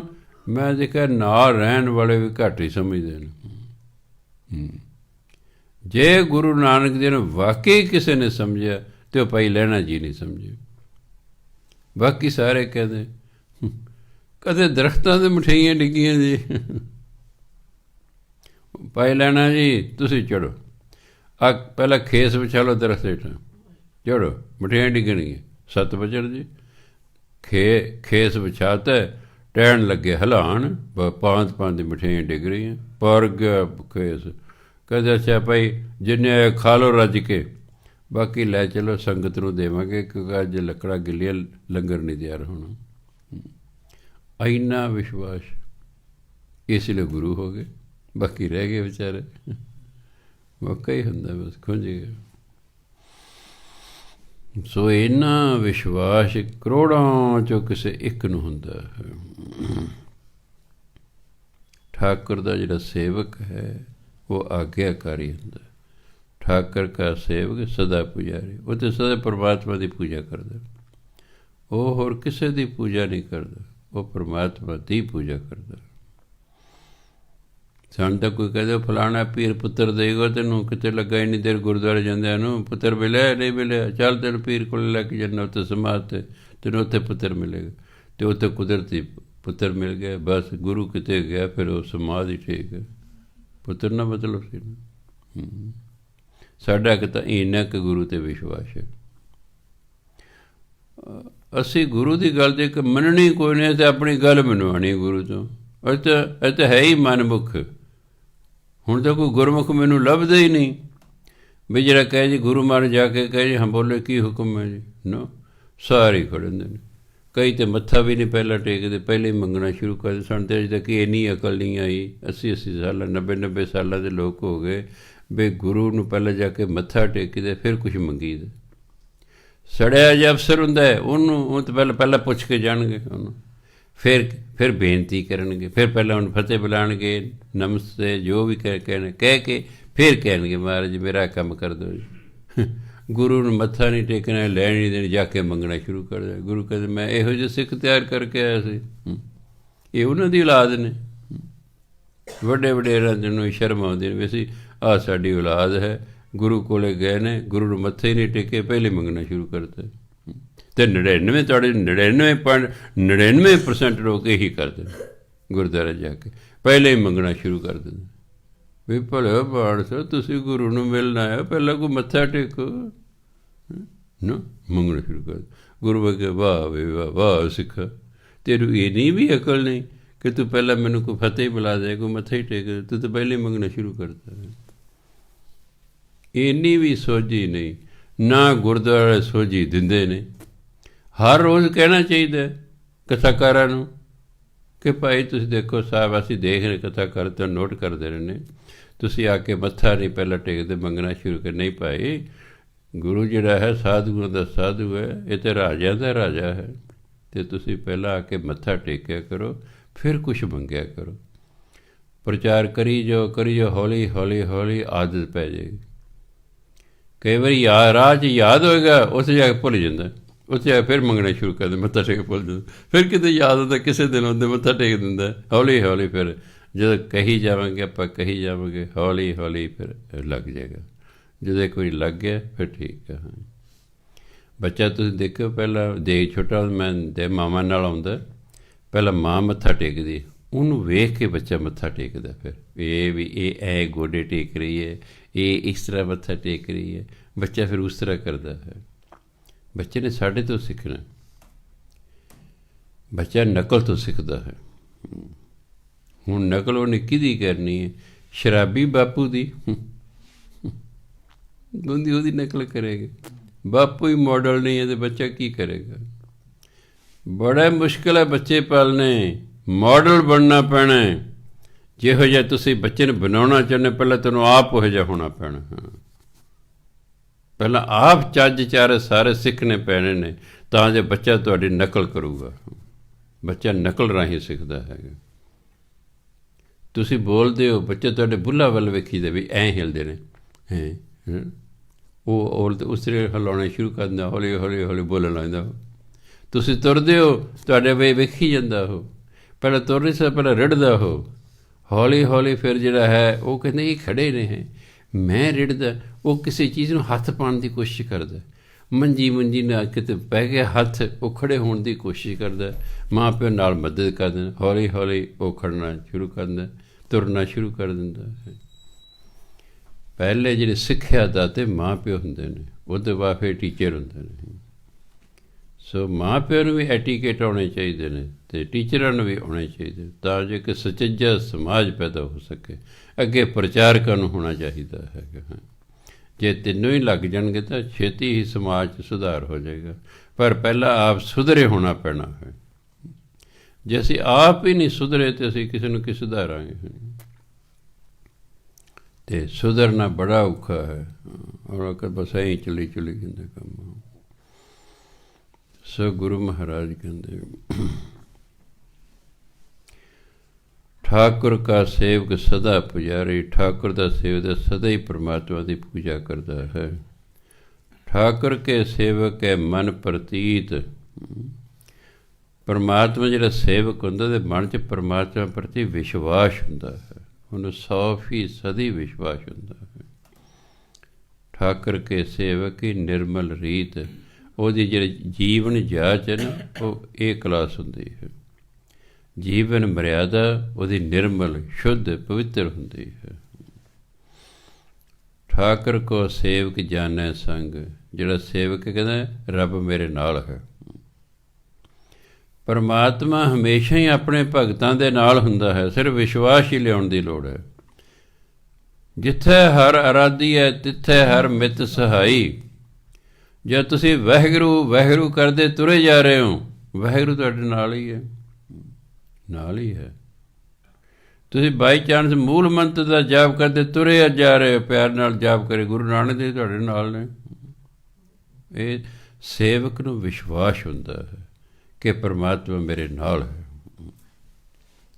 ਜਿਵੇਂ ਕਿ ਬਾਣੀ ਸਤਿਗੁਰ ਸੰਗ ਸਦਾ ਹੈ ਨਾਲੇ, ਵਿਸ਼ਵਾਸ ਹੈ। ਜਦੋਂ ਦਸਮ ਪਾਤਸ਼ਾਹ ਨੂੰ ਸਾਰੇ ਹੀ ਛੱਡ ਗਏ, ਇੱਕ ਮੁਸਲਮਾਨ ਫਕੀਰ ਬੋਲ ਕੇ ਗੁਰੂ ਕੱਲਾ। ਦਸਮ ਪਾਤਸ਼ਾਹ ਕਹਿੰਦੇ ਗੁਰੂ ਕੱਲਾ ਨਹੀਂ, ਗੁਰੂ ਦੇ ਨਾਲ ਅੱਲਾ। ਫਕੀਰ ਕਹਿੰਦੇ ਤੁਸੀਂ ਇਕੱਲੇ ਰਹਿ ਗਏ, ਕਹਿੰਦੇ ਗੁਰੂ ਕੱਲਾ। ਅਤੇ ਦਸਮ ਪਾਤਸ਼ਾਹ ਗੁਰੂ ਕੱਲਾ ਨਹੀਂ, ਗੁਰੂ ਦੇ ਨਾਲ ਅੱਲਾ। ਅੱਲਾ ਦੇ ਨਾਲ ਇੰਨਾ ਵਿਸ਼ਵਾਸ ਹੋਣਾ ਚਾਹੀਦਾ, ਫਿਰ ਵਾਕਈ ਮਹਿਸੂਸ ਹੋ ਗਿਆ ਅੱਲਾ ਸਾਡੇ ਨਾਲ ਹੀ ਹੈ, ਗੁਰੂ ਸਾਡੇ ਨਾਲ ਹੀ ਹੈ। ਸਤਿਗੁਰ ਸਿੱਖੀ ਕਰੇ ਪ੍ਰਤਿਪਾਲ। ਸਤਿਗੁਰ ਸਿੱਖ ਸਦਾ ਹੈ ਨਾਲ, ਸਦਾ ਹੀ ਨਾਲ ਹੈ। ਸਿਰਫ ਵਿਸ਼ਵਾਸ ਲਿਆਉਣ ਦੀ ਲੋੜ ਅਤੇ ਸਿੱਖ ਬਣਨ ਦੀ ਲੋੜ ਹੈ। ਹੁਣ ਸਾਡੇ ਵਰਗੇ ਦੇ ਨਾਮ ਤਰੀਕ ਸਿੱਖ ਨੇ, ਗੁਰੂ ਉੱਥੇ ਕੀ ਨਾਲ ਰਹੇ। ਸੋ ਤਾਂ ਗੁਰੂ ਮਹਾਰਾਜ ਜੀ ਕਹਿੰਦੇ ਠਾਕੁਰ ਕੋ ਸੇਵਕ ਜਾਣੈ ਸੰਗ। ਜਿਹੜਾ ਸੇਵਕ ਹੈ ਪਰਮਾਤਮਾ ਦਾ, ਉਹਨੂੰ ਆਪਣੇ ਪਰਮਾਤਮਾ ਆਪਣੇ ਨਾਲ ਸਮਝਦਾ, ਉਹ ਤਾਂ ਸਦਾ ਹੀ ਨਾਲ ਹੈ। ਪ੍ਰਭ ਕਾ ਸੇਵਕ ਨਾਮ ਕੈ ਰੰਗ। ਹੁਣ ਤਾਂ ਨਾਮ ਦਾ ਰੰਗ ਚੜਿਆ ਰਹਿੰਦਾ ਹੈ। ਪਰਮਾਤਮਾ ਦੇ ਸੇਵਕ ਨੂੰ ਤਾਂ ਨਾਮ ਦਾ ਰੰਗ ਚੜਿਆ ਹੁੰਦਾ ਹੈ। ਬੜੇ ਪਿਆਰ ਨਾਲ ਹਰ ਵਕਤ ਨਾਮ ਜਪਦਾ ਰਹਿੰਦਾ ਹੈ। ਕਿਉਂਕਿ ਨਾਮ ਜਪਦਾ ਰਹਿੰਦਾ ਹੈ, ਇਸ ਲਈ ਠਾਕੁਰ ਉਹਦੇ ਨਾਲ ਹੁੰਦਾ ਹੈ। ਠਾਕੁਰ ਇਸ ਲਈ ਉਹਦੇ ਨਾਲ ਹੈ ਕਿਉਂਕਿ ਨਾਮ ਜਪੀ ਜਾ ਰਿਹਾ ਹੈ। ਸੇਵਕ ਕੋ ਪ੍ਰਭ ਪਾਲਣ ਹਾਰ। ਜਿਹੜਾ ਪਰਮਾਤਮਾ ਦਾ ਸੇਵਕ ਹੈ, ਪਰਮਾਤਮਾ ਆਪਣੇ ਸੇਵਕ ਨੂੰ ਪਾਲਦਾ ਹੈ। ਤੁਹਾਡਾ ਕੋਈ ਨੌਕਰ ਚੱਜਦਾ ਹੈ ਨਾ, ਅਤੇ ਤੁਸੀਂ ਕਿੰਨਾ ਕੁਛ ਉਸ ਨੂੰ ਦੇ ਦਿੰਦੇ ਹੋ। ਆਪਣੇ ਕੱਪੜੇ ਥੋੜ੍ਹੇ ਪੁਰਾਣੇ ਹੋਏ ਉਹ ਲੈ ਦਿੰਦੇ ਹੋ, ਕਿਸੇ ਤਿੱਥ ਤਿਉਹਾਰ ਨੂੰ ਨਵੇਂ ਲੈ ਦਿੰਦੇ ਹੋ, ਨਵੇਂ ਲੈ ਦਿੰਦੇ। ਹੁਣ ਸਾਡਾ ਜਿਹੜਾ ਹੈ ਮਜ਼ਦੂਰ ਰੱਖਿਆ, ਉਹ ਬਹੁਤ ਮਿਹਨਤੀ ਹੈ। ਇਹ ਨਹੀਂ ਵੀ ਬਾਬਾ ਜੀ ਤੇ ਰਜਾਈ 'ਚ ਪਏ ਨੇ ਅਤੇ ਮੈਂ ਆਪਣੇ ਇੱਥੇ ਆਰਾਮ ਨਾਲ ਬੈਠਾ ਰਹਾਂ ਨਾ, ਕਿ ਅਚਾਨਕ ਵੀ ਚਲੇ ਜਾਓ, ਕੰਮ ਲੱਗਾ ਹੁੰਦਾ। ਸਾਊ ਬੰਦਾ ਹੈ, ਸਿਆਣਾ ਹੈ, ਉਹਨੂੰ ਚਿੰਤਾ ਹੈ। ਉਹ ਕਹਿੰਦੇ ਬਾਬਾ ਜੀ ਨੇ ਐਡੇ ਵੱਡੇ ਗੁਰਦੁਆਰੇ ਦੀਆਂ ਕੁੰਜੀਆਂ ਮੈਨੂੰ ਦਿੱਤੀਆਂ ਹੋਈਆਂ ਨੇ, ਮੇਰੇ 'ਤੇ ਕਿੱਡੀ ਵੱਡੀ ਜ਼ਿੰਮੇਵਾਰੀ ਬਾਬਾ ਜੀ ਨੇ ਸੁੱਟੀ ਹੋਈ ਹੈ। ਮੈਨੂੰ ਮਾਲਕ ਬਣਾਇਆ ਹੈ। ਜਿਹਨੂੰ ਆਪਾਂ ਚਾਬੀਆਂ ਦੇ ਦੀ ਉਹੀ ਮਾਲਕ ਹੋਇਆ ਨਾ। ਫਿਰ ਮੈਂ ਆਪਣੇ ਘਰ ਦੀਆਂ ਚਾਬੀਆਂ ਕਿਸੇ ਨੂੰ ਦੇ ਜਾਣੇ, ਲੈ ਕਾਕਾ ਮਗਰ ਉਹ ਖਿਆਲ ਰੱਖੀ, ਉਹਨਾਂ ਜਿੰਨਾ ਚਿਰ ਉਹਦੇ ਕੋਲ ਚਾਬੀ ਉਹੀ ਮਾਲਕ ਹੈ ਨਾ। ਇੰਨਾ ਉਹਨੂੰ ਹੈਗਾ। ਕਹਿੰਦੇ ਬਾਬਾ ਜੀ ਮੇਰੇ 'ਤੇ ਬਹੁਤ ਵੱਡੀ ਜ਼ਿੰਮੇਵਾਰੀ ਸੁੱਟੀ ਹੈ, ਮੈਨੂੰ ਐਡੇ ਵੱਡੇ ਗੁਰਦੁਆਰੇ ਦੀਆਂ ਚਾਬੀਆਂ ਦਿੱਤੀਆਂ ਹੋਈਆਂ ਹਨ। ਸਿੰਸੀਅਰ ਹੈ ਅਗਲਾ। ਅਸੀਂ ਜੋ ਮੇਰਾ ਜਨਮ ਦਿਨ ਆਇਆ, ਮੈਂ ਬੀਬੀ ਰਜਨੀ ਨੂੰ ਨਾਲ ਆ ਜਾਓ, ਕੱਪੜੇ ਲੈ, ਜਿਹੜੇ ਪਸੰਦ ਕਰਦਾ ਉਹਨੂੰ ਕੱਪੜੇ ਲੈ ਦਿਓ। ਤਾਂ ਇਹ ਹੈ ਫਿਰ ਪਰਮਾਤਮਾ ਆਪਣੇ ਸੇਵਕ 'ਤੇ ਖੁਸ਼ ਹੁੰਦਾ ਹੈ। ਜੇ ਸਾਡੇ ਸਧਾਰਨ ਬੰਦੇ ਹੀ ਆਪਣੇ ਨੌਕਰਾਂ 'ਤੇ ਖੁਸ਼ ਨੇ, ਤਾਂ ਪਰਮਾਤਮਾ ਭਜਨ ਬੰਦਗੀ ਵਾਲੇ 'ਤੇ ਕਿਉਂ ਨਹੀਂ ਖੁਸ਼ ਹੋਏਗਾ ਜੀ। ਇਹ ਸੇਵਕ ਕੋ ਪ੍ਰਭ ਪਾਲਣ ਹਾਰਾ। ਪਰਮਾਤਮਾ ਆਪਣੇ ਸੇਵਕ ਦੀ ਪਾਲਣਾ ਪੋਸ਼ਣਾ ਕਰਦਾ ਹੈ। ਸੇਵਕ ਹੀ ਰੱਖ ਹੈ ਨਿਰੰਕਾਰ। ਪਰਮਾਤਮਾ ਆਪਣੇ ਸੇਵਕ ਦੀ ਹਰ ਥਾਂ 'ਤੇ ਰੱਖਿਆ ਕਰਦਾ ਹੈ। ਸੋ ਸੇਵਕ ਜਿਸ ਦਇਆ ਪ੍ਰਭ ਧਾਰੈ। ਪਰ ਸੇਵਕ ਕੌਣ ਬਣਦਾ? ਜਿਸ 'ਤੇ ਪਰਮਾਤਮਾ ਕਿਰਪਾ ਕਰਦਾ, ਉਹ ਸੇਵਕ ਬਣਦਾ। ਪਿਛਲੇ ਜਨਮਾਂ ਦੇ ਕਰਮਾਂ ਕਾਰਨ ਬੰਦਾ ਸੇਵਕ ਬਣਦਾ, ਉਂਝ ਨਹੀਂ ਬਣਦਾ। ਪਿਛਲੇ ਜਨਮਾਂ ਦੇ ਕਰਮਾਂ ਨੂੰ ਵੇਖ ਕੇ ਕਈ ਵਾਰੀ ਬਖਸ਼ਿਸ਼ ਹੁੰਦੀ ਹੈ ਬੰਦੇ 'ਤੇ। ਸੰਤ ਸੁਖਦੇਵ ਸਿੰਘ ਜੀ ਨਾਲ ਮੇਰਾ ਸੰਬੰਧ ਰਿਹਾ 1992 ਤੋਂ ਲੈ ਕੇ 2003 ਤੱਕ, ਉਹਨੇ ਸਰੀਰ ਤਿਆਗਣ ਤੱਕ 8-3-11 ਸਾਲ। ਸੰਤ ਸੀਤਲ ਸਿੰਘ ਜੀ ਨਾਲ ਮੇਰਾ ਸੰਬੰਧ ਹੈ 1996 ਤੋਂ ਲੈ ਕੇ 2005 ਤੱਕ 9 ਸਾਲ। ਉਧਰ 11 ਸਾਲ, ਉਧਰ 9 ਸਾਲ। ਮੈਂ ਦੋਨਾਂ ਮਹਾਂਪੁਰਖਾਂ ਦੇ ਕਦੇ ਕੁਛ ਨਹੀਂ ਸੀ ਮੰਗਿਆ, ਈਵਨ ਨਾਮ ਦੀ ਦਾਤ ਵੀ ਨਹੀਂ ਸੀ ਮੰਗੀ। ਮੈਂ ਮੰਗੇ ਕੁਛ ਨਹੀਂ ਸੀ, ਔਰ ਹਰ ਐਤਵਾਰ ਨੂੰ ਜਾਂਦਾ ਹੁੰਦਾ ਸੀ ਉਹਨਾਂ ਨੂੰ ਮਿਲਣ। ਮੰਗੇ ਨਹੀਂ ਸੀ ਕੁਛ। ਅਤੇ ਫਿਰ ਜਦੋਂ ਉਹਨਾਂ ਨੇ ਮੇਰੇ 'ਤੇ ਕੀਤੀ ਬਖਸ਼ਿਸ਼, ਅਤੇ ਮੈਂ ਕਿਹਾ ਬਿਨ ਮੰਗੇ ਮੋਤੀ ਮਿਲੇ, ਮੰਗੇ ਮਿਲੇ ਨਾ ਭੀਖ। ਜਿਨ੍ਹਾਂ ਲੋਕਾਂ ਨੇ 12 ਸਾਲ ਸੇਵਾ ਕੀਤੀ ਸੰਤ ਸੀਤਲ ਸਿੰਘ ਮਹਾਰਾਜ ਦੀ, ਉਹਨਾਂ 'ਤੇ ਬਖਸ਼ਿਸ਼ ਨਹੀਂ ਕੀਤੀ ਅਤੇ ਮੇਰੇ 'ਤੇ ਕਰਕੇ ਜਾਂਦੇ ਹੋ। ਕਹਿੰਦੇ ਲੈ ਜਿਹੜਾ ਤੇਰੇ ਕੋਲ ਆਏਗਾ ਆ ਬਾਣੀ ਨਾਲ ਉਹਦੇ ਦੁੱਖ ਦੂਰ ਕਰੇ, ਸਮੱਸਿਆਵਾਂ ਦੂਰ ਕਰੇ, ਉਹ ਬਖਸ਼ਿਸ਼ ਕਰੇਗਾ। ਸੰਤ ਸੁਖਦੇਵ ਸਿੰਘ ਜੀ ਕਹਿੰਦੇ ਮਾਸਟਰ ਜੀ ਜਿੰਨੇ ਵੀ ਤੁਸੀਂ ਧਾਰਮਿਕ ਕੰਮ ਕਰੋਗੇ ਤੁਹਾਨੂੰ ਮਾਇਆ ਦੀ ਕੋਈ ਕਮੀ ਨਹੀਂ ਆਏਗੀ, ਸ਼ਰਤ ਇੱਕ ਹੈ ਮੰਗਣੀ ਨਹੀਂ ਕਿਸੇ ਤੋਂ। ਦੇਖੋ ਐਡੀ ਵੱਡੀ ਗੁਰਦੁਆਰਾ ਸਾਹਿਬ ਦੀ ਬਿਲਡਿੰਗ ਹੈ, ਸਾਰੀਆਂ ਸਹੂਲਤਾਂ ਨੇ। ਤੁਸੀਂ ਇਸ ਗੱਲ ਦੇ ਗਵਾਹ ਹੋ ਕਿ ਮੈਂ ਕਦੇ ਕਿਸੇ ਤੋਂ ਕਦੇ ਕਿਹਾ ਹੀ ਨਹੀਂ ਸੰਗਤ ਨੂੰ ਵੀ ਜੀ ਆਪਾਂ ਪਲਾਟ ਲੈਣਾ ਹੈ ਜਾਂ ਆਪਣੀ ਬਿਲਡਿੰਗ ਬਣ ਰਹੀ ਹੈ ਜਾਂ ਫਲਾਣਾ ਕਰਨਾ, ਪੈਸੇ ਭੇਜੋ। ਨੋ, ਆਪੇ ਹੀ ਸੰਗਤ ਭੇਜਦੀ, ਆਪੇ ਭੇਜਦੀ। ਨਹੀਂ 25 ਸਾਲ ਦੀਵਾਨ ਲੱਗੇ ਨੇ, ਸੰਗਤ ਵਾਧੂ ਕਰਦੇ, ਮਾਇਆ ਵੀ ਵਾਧੂ ਕਰਦੇ, ਰਸਦ ਵੀ ਵਾਧੂ ਕਰਦੇ ਸੀ। ਕਦੇ ਨਹੀਂ ਮੰਗੇ। ਉਹਨਾਂ ਕਿਹਾ ਸੀ ਮੰਗਣੀ ਨਹੀਂ। ਮੰਗਣਾ ਨਹੀਂ ਕਿਸੇ ਤੇਰੇ ਤੋਂ ਮਾਇਆ ਦੀ ਕੋਈ ਕਮੀ ਨਹੀਂ ਰਹੇਗੀ। ਅਤੇ ਜਿਹਦੇ ਕੋਲ ਮਾਇਆ ਦੀ ਕਮੀ ਨਾ ਹੋਵੇ ਅਤੇ ਜਿਹਦੇ ਕੋਲ ਲੋਕ ਆਪਣੇ ਦੁੱਖ ਦੂਰ ਕਰ ਲਏ, ਉਹਨੂੰ ਹੋਰ ਕੀ ਚਾਹੀਦਾ। ਇਹ ਤਾਂ ਫਿਰ ਬਖਸ਼ਿਸ਼ ਹੀ ਹੈ ਨਾ ਮਹਾਂਪੁਰਖਾਂ ਦੀ। ਹਾਂ, ਕਿਸੇ ਦੇ ਇੱਕ ਦੀ ਹੁੰਦੀ, ਬਸ ਦੋ ਦੀ ਹੈ। ਇਸ ਲਈ ਇੱਕ ਇੱਥੋਂ ਪੂਰਬ ਵਾਲੇ ਪਾਸੇ ਸੀ, ਇੱਕ ਪੱਛਮ ਵਾਲੇ ਪਾਸੇ ਸੀ। ਪਹਿਲਾਂ ਪੱਛਮ ਵਾਲੇ ਪਾਸੇ ਅਲਾਰਾ ਸਾਹਿਬ ਸਰੀਰ ਤਿਆਗਿਆ, ਮੈਂ ਬੈਠਾ ਇੱਥੇ ਦੱਬਿਆ। ਮੈਨੂੰ ਐਂ ਲੱਗਾ ਜਿਹੜੀ ਮੇਰੀ ਖੱਬੀ ਬਾਂਹ ਹੈ ਇਹ ਲੈ ਗਈ ਨਾਲੋਂ। ਅਤੇ ਜਦੋਂ ਸੰਤ ਸੀਤਲ ਸਰੀਰ ਤਿਆਗਿਆ, ਉਹ ਪੂਰਬ ਵਾਲੇ ਪਾਸੇ ਇੱਥੋਂ, ਮੈਂ ਕਿਹਾ ਮੇਰੀ ਸੱਜੀ ਬਾਂਹ ਵੀ ਅੱਜ ਜਾਂਦੀ ਰਹੀ ਹੈ। ਅਤੇ ਜਦੋਂ ਮੈਂ ਇਹ ਕਿਹਾ ਨਾ, ਉਹ ਪ੍ਰਗਟ ਹੋ ਗਏ, ਕਹਿੰਦੇ ਨਹੀਂ, ਤੁਹਾਡੇ ਦੋਨੋਂ ਬਾਹਾਂ ਕਾਇਮ ਨੇ, ਅਸੀਂ ਕਿਤੇ ਨਹੀਂ ਜਾਂਦੇ, ਤੁਹਾਡੇ ਨਾਲ ਹਾਂ ਅਸੀਂ। ਹਾਂ, ਸੋ ਇਸ ਲਈ ਦੁੱਖ ਹੁੰਦਾ ਹੈ ਕਿ ਜੇ ਕੋਈ ਵੀ ਵਾਲਾ ਬੰਦਾ ਔਖੇ ਵੇਲੇ ਚਲੇ ਜਾਂਦਾ, ਚਲੋ ਲਿਆਂਦੇ ਹੀ ਨਾ ਔਖਾ ਵੇਲੇ ਦਾ, ਅਤੇ ਉਹਨਾਂ ਜਿਉਂਦੇ ਜੀ ਉਹ ਗੱਲ ਵੱਖਰੀ ਹੈ। ਪਰ ਹੁੰਦਾ ਤਾਂ ਬੰਦੇ ਨੂੰ ਹੌਸਲਾ ਨਾ ਵੀ ਦੋ ਮਹਾਂਪੁਰਖਾਂ ਨੂੰ ਮੇਰਾ ਪ੍ਰੇਮ ਹੈ, ਜੇ ਕੋਈ ਗੱਲ ਹੋ ਗਈ ਮੈਂ ਉਹਨਾਂ ਕੋਲ ਚਲਾ ਜਾਵਾਂਗਾ। ਕਿਰਪਾ ਇਹ ਪਿਛਲੇ ਜਨਮਾਂ ਦੇ ਸੰਬੰਧਾਂ ਕਾਰਨ, ਜਾਂ ਜੋ ਵੀ ਪਤਾ ਅੱਲਾ ਜਾਣੇ ਕਿਵੇਂ ਉਹਨਾਂ ਨੇ ਬਖਸ਼ਿਸ਼ ਕੀਤੀ। ਮੈਂ ਮੰਗਿਆ ਵੀ ਨਹੀਂ ਹੈਗਾ, ਉਹਨਾਂ ਆਪੇ ਬਖਸ਼ਿਸ਼ ਕਰਦੇ ਹਨ। ਸੋ ਪਰਮਾਤਮਾ ਕੀ, ਸਾਧੂ ਕੀ ਆਪਣੇ ਸੇਵਕ ਦਾ ਵੈਸੇ ਹੀ ਖਿਆਲ ਰੱਖਦੇ ਨੇ। ਫਿਰ ਉਹ ਦੇਖਦੇ ਨੇ ਵੀ ਇਹ ਸਾਂਭ ਸਕਦਾ ਹੈ ਜੋ ਅਸੀਂ ਬਖਸ਼ਿਸ਼ ਕਰ ਰਹੇ ਹਾਂ, ਕੀ ਇਹ ਸਾਂਭ ਸਕਦਾ ਹੈ। ਉਹ ਵੀ ਉਹਨਾਂ ਦੇਖ, ਕਈ ਗੱਲਾਂ ਦੇਖਣੀਆਂ ਹੁੰਦੀਆਂ ਉਹਨਾਂ ਨੇ, ਉਹ ਉਹਨਾਂ ਨੂੰ ਪਤਾ ਹੈ।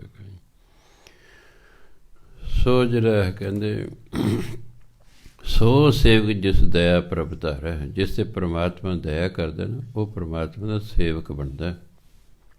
ਨਾਨਕ ਸੋ ਸੇਵਕ ਸਾਸ ਸਾਸ ਚਿਤ ਸਮਾਰੈ। ਅਤੇ ਫਿਰ ਇਹੋ ਜਿਹਾ ਸੇਵਕ ਸਵਾਸ ਸਵਾਸ ਪਰਮਾਤਮਾ ਨੂੰ ਯਾਦ ਕਰਦਾ ਹੈ।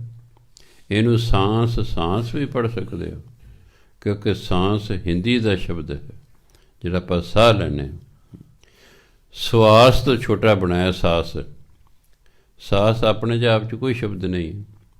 ਸਵਾਸ ਹੁੰਦਾ ਨਾ, ਅਗਲਾ ਫਲਾਣੇ ਸਵਾਸ ਲੈ ਰਿਹਾ ਹੈ, ਉਸ ਤੋਂ ਛੋਟਾ ਬਣਾਇਆ ਸਾਸ। ਹਿੰਦੀ ਵਾਲਾ ਜੇ ਇਸ ਨੂੰ ਪੜ੍ਹੇਗਾ ਉਹ ਕਹੇਗਾ ਨਾਨਕ ਸੋ ਸੇਵਕ ਸਾਂਸ ਸਾਂਸ ਸਮਾਰੈ। ਉਹ ਹਰ ਸਵਾਸ ਨਾਲ ਪਰਮਾਤਮਾ ਨੂੰ ਯਾਦ ਕਰਦਾ ਰਹਿੰਦਾ, ਕਰਦਾ ਰਹਿੰਦਾ। ਸੋ ਜੇ ਕਿਸੇ ਨੇ ਸਾਂਸ ਸਾਂਸ ਪੜ੍ਹਨਾ ਤਾਂ ਵੀ ਠੀਕ ਹੈ। ਆਪਣੇ ਜਨ ਕਾ ਪਰਦਾ ਢਾਕੈ। ਹਰ ਇਨਸਾਨ ਗਲਤੀ ਕਰਦਾ ਰਹਿੰਦਾ ਹੈ, ਕਿਸੇ ਦੀ ਗਲਤੀ ਦਾ ਪਤਾ ਲੱਗ ਗਿਆ, ਕਿਸੇ ਦਾ ਨਹੀਂ ਲੱਗਾ। ਭਜਨ ਬੰਦਗੀ ਜਿਹੜਾ ਬੰਦਾ ਕਰਦਾ ਗਲਤੀ ਉਹ ਵੀ ਕਰ ਸਕਦਾ ਹੈ, ਪਰ ਪਰਮਾਤਮਾ ਦਾ ਪਰਦਾ ਢੱਕੀ ਰੱਖਦਾ ਹੈ ਵੀ ਚੱਲ ਯਾਰ ਮੇਰੀ ਭਜਨ ਬੰਦਗੀ ਕਰਦਾ ਹੈ। ਜਿਵੇਂ ਆਪਾਂ ਆਪਣੇ ਰਿਸ਼ਤੇਦਾਰ ਦੋਸਤ ਪੱਖ ਨਹੀਂ ਪੂਰਦੇ।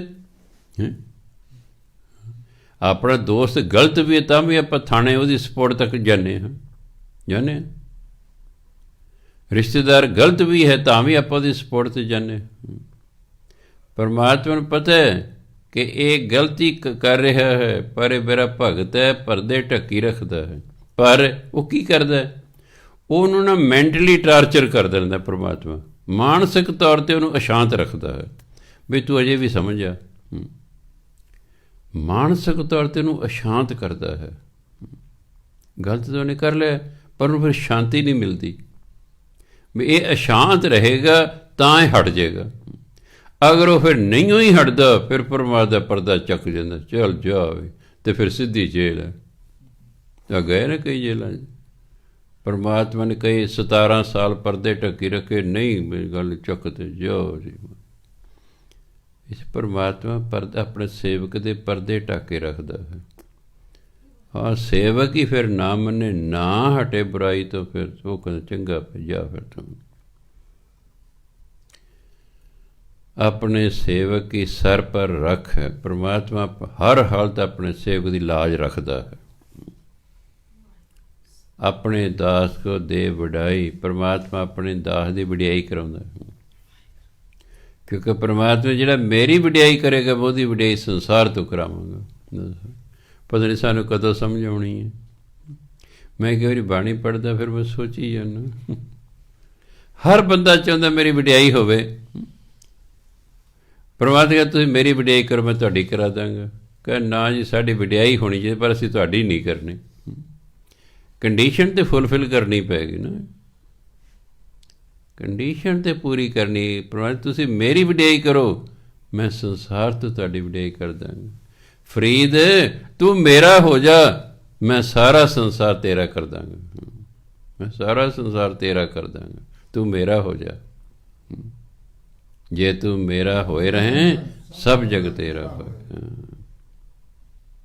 ਆਪ ਸਵਾਰੇ ਮੈਂ ਮਿਲ।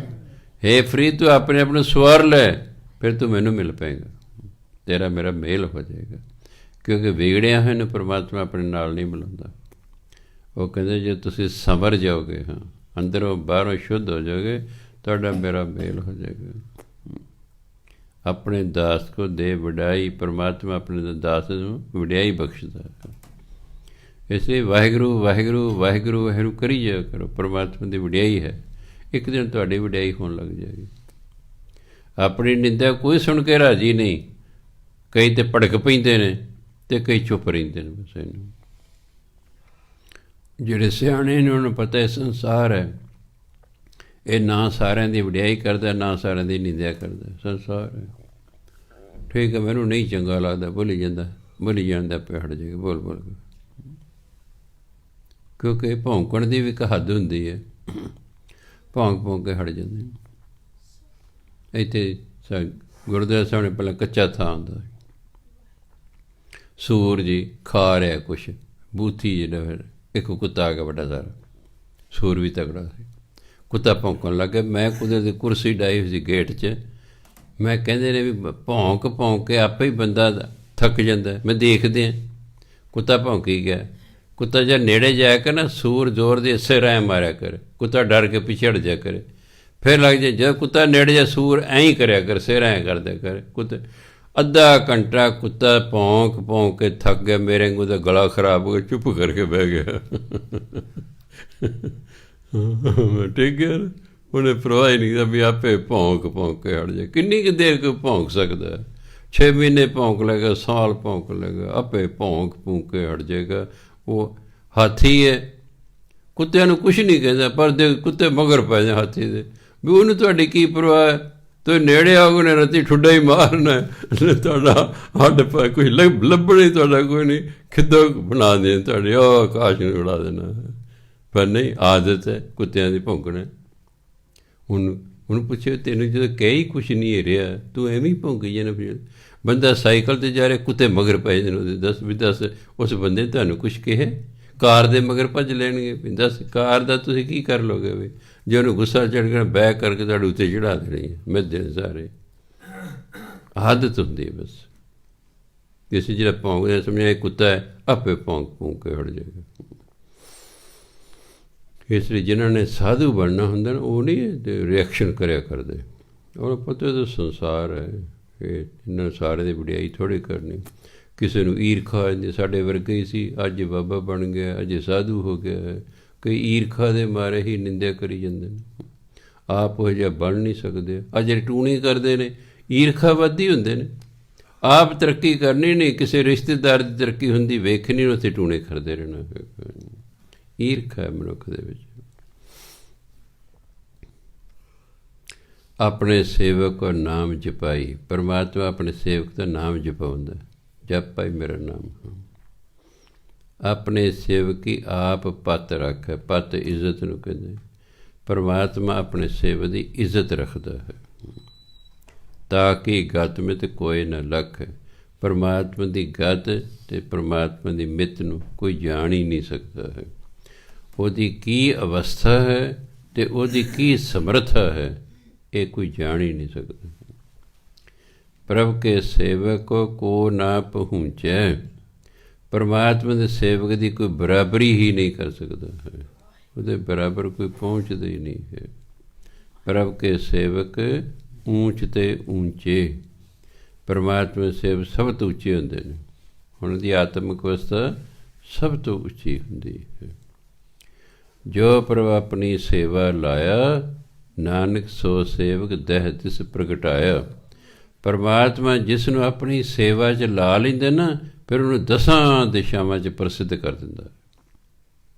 ਭਗਤ ਭਗਤ ਸੁਣੀਏ ਤਿਉ ਲੋਏ, ਤਿੰਨਾਂ ਲੋਕਾਂ 'ਚ ਭਗਤ ਭਗਤ ਜਗ ਵੱਜਿਆ, 4 ਕੁੰਟਾਂ ਦੇ ਵਿੱਚ ਚਮਰੇਟਾ। ਚਮਿਆਰਾਂ ਦਾ ਮੁੰਡਾ ਕਹਿੰਦਾ 4 ਦਿਸ਼ਾਵਾਂ 'ਚ ਭਗਤ ਭਗਤ ਕਰਕੇ ਪ੍ਰਸਿੱਧ ਹੋ ਗਏ।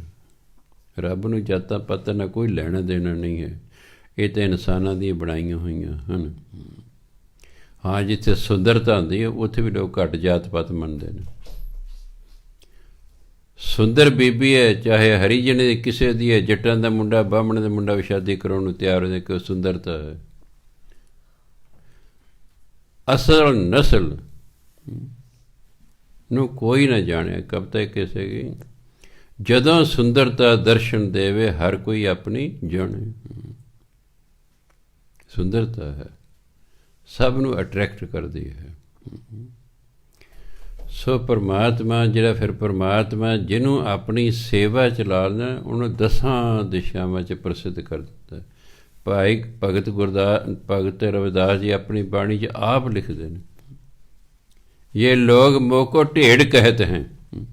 ਇਹ ਚੂੜੇ ਚਮਿਆਰੇ ਨੂੰ ਪਿੰਡਾਂ 'ਚ ਢੇੜ ਕਿਹਾ ਕਰਦੇ ਸਨ, ਢੇੜ ਕਿਹਾ ਕਰਦੇ ਸੀ। ਇਹਨਾਂ ਦੇ ਇਲਾਕੇ ਨੂੰ ਵਿਹੜਾ ਕਹਿੰਦੇ ਸੀ, ਇਹ ਵਿਹੜੇ 'ਚ ਰਹਿੰਦਾ ਹੈ। ਅਜੇ ਆਪ ਗੁਲਜ਼ਾਰ ਕਈ ਵਾਰੀ ਕਹਿੰਦੇ ਸਾਡੇ ਵਿਹੜੇ 'ਚ 72 ਪਰਿਵਾਰ ਨੇ ਜੀ। ਇਹਨਾਂ ਦਾ ਜਿਹੜਾ ਏਰੀਆ ਹੁੰਦਾ ਸੀ ਉਹਨੂੰ ਵਿਹੜਾ ਕਹਿੰਦੇ ਸੀ। ਇੱਥੋਂ ਤੱਕ ਵੀ ਇਹਨਾਂ ਲਈ ਸ਼ਬਦ ਵਰਤੇ ਜਾਂਦੇ ਸਨ। ਕਹਿੰਦੇ ਉਹ ਪੰਡਤ ਜਿਹੜੇ ਮੇਰੇ ਪਰਛਾਵੇਂ ਤੋਂ ਵੀ ਪਰਾਂ ਹੁੰਦੇ ਸਨ, ਹੁਣ ਕਹਿੰਦੇ ਵੱਡੇ ਵੱਡੇ ਬਿਪਰ ਪੰਡਤ ਜਿਹੜੇ ਮੈਨੂੰ ਡੰਡੌਤ ਕਰਦੇ ਨੇ, ਲੰਮਿਆਂ ਪੈ ਕੇ ਨਮਸਕਾਰ ਕਰਦੇ ਨੇ। ਕਿਉਂ? ਭਗਤ ਹੋ ਗਏ ਨਾ। ਪਰਮਾਤਮਾ ਨੇ ਵਡਿਆਈ ਕਰਾਣੀ ਹੀ ਕਰਾਣੀ ਫਿਰ ਆਪਣੇ ਭਗਤ ਦੀ।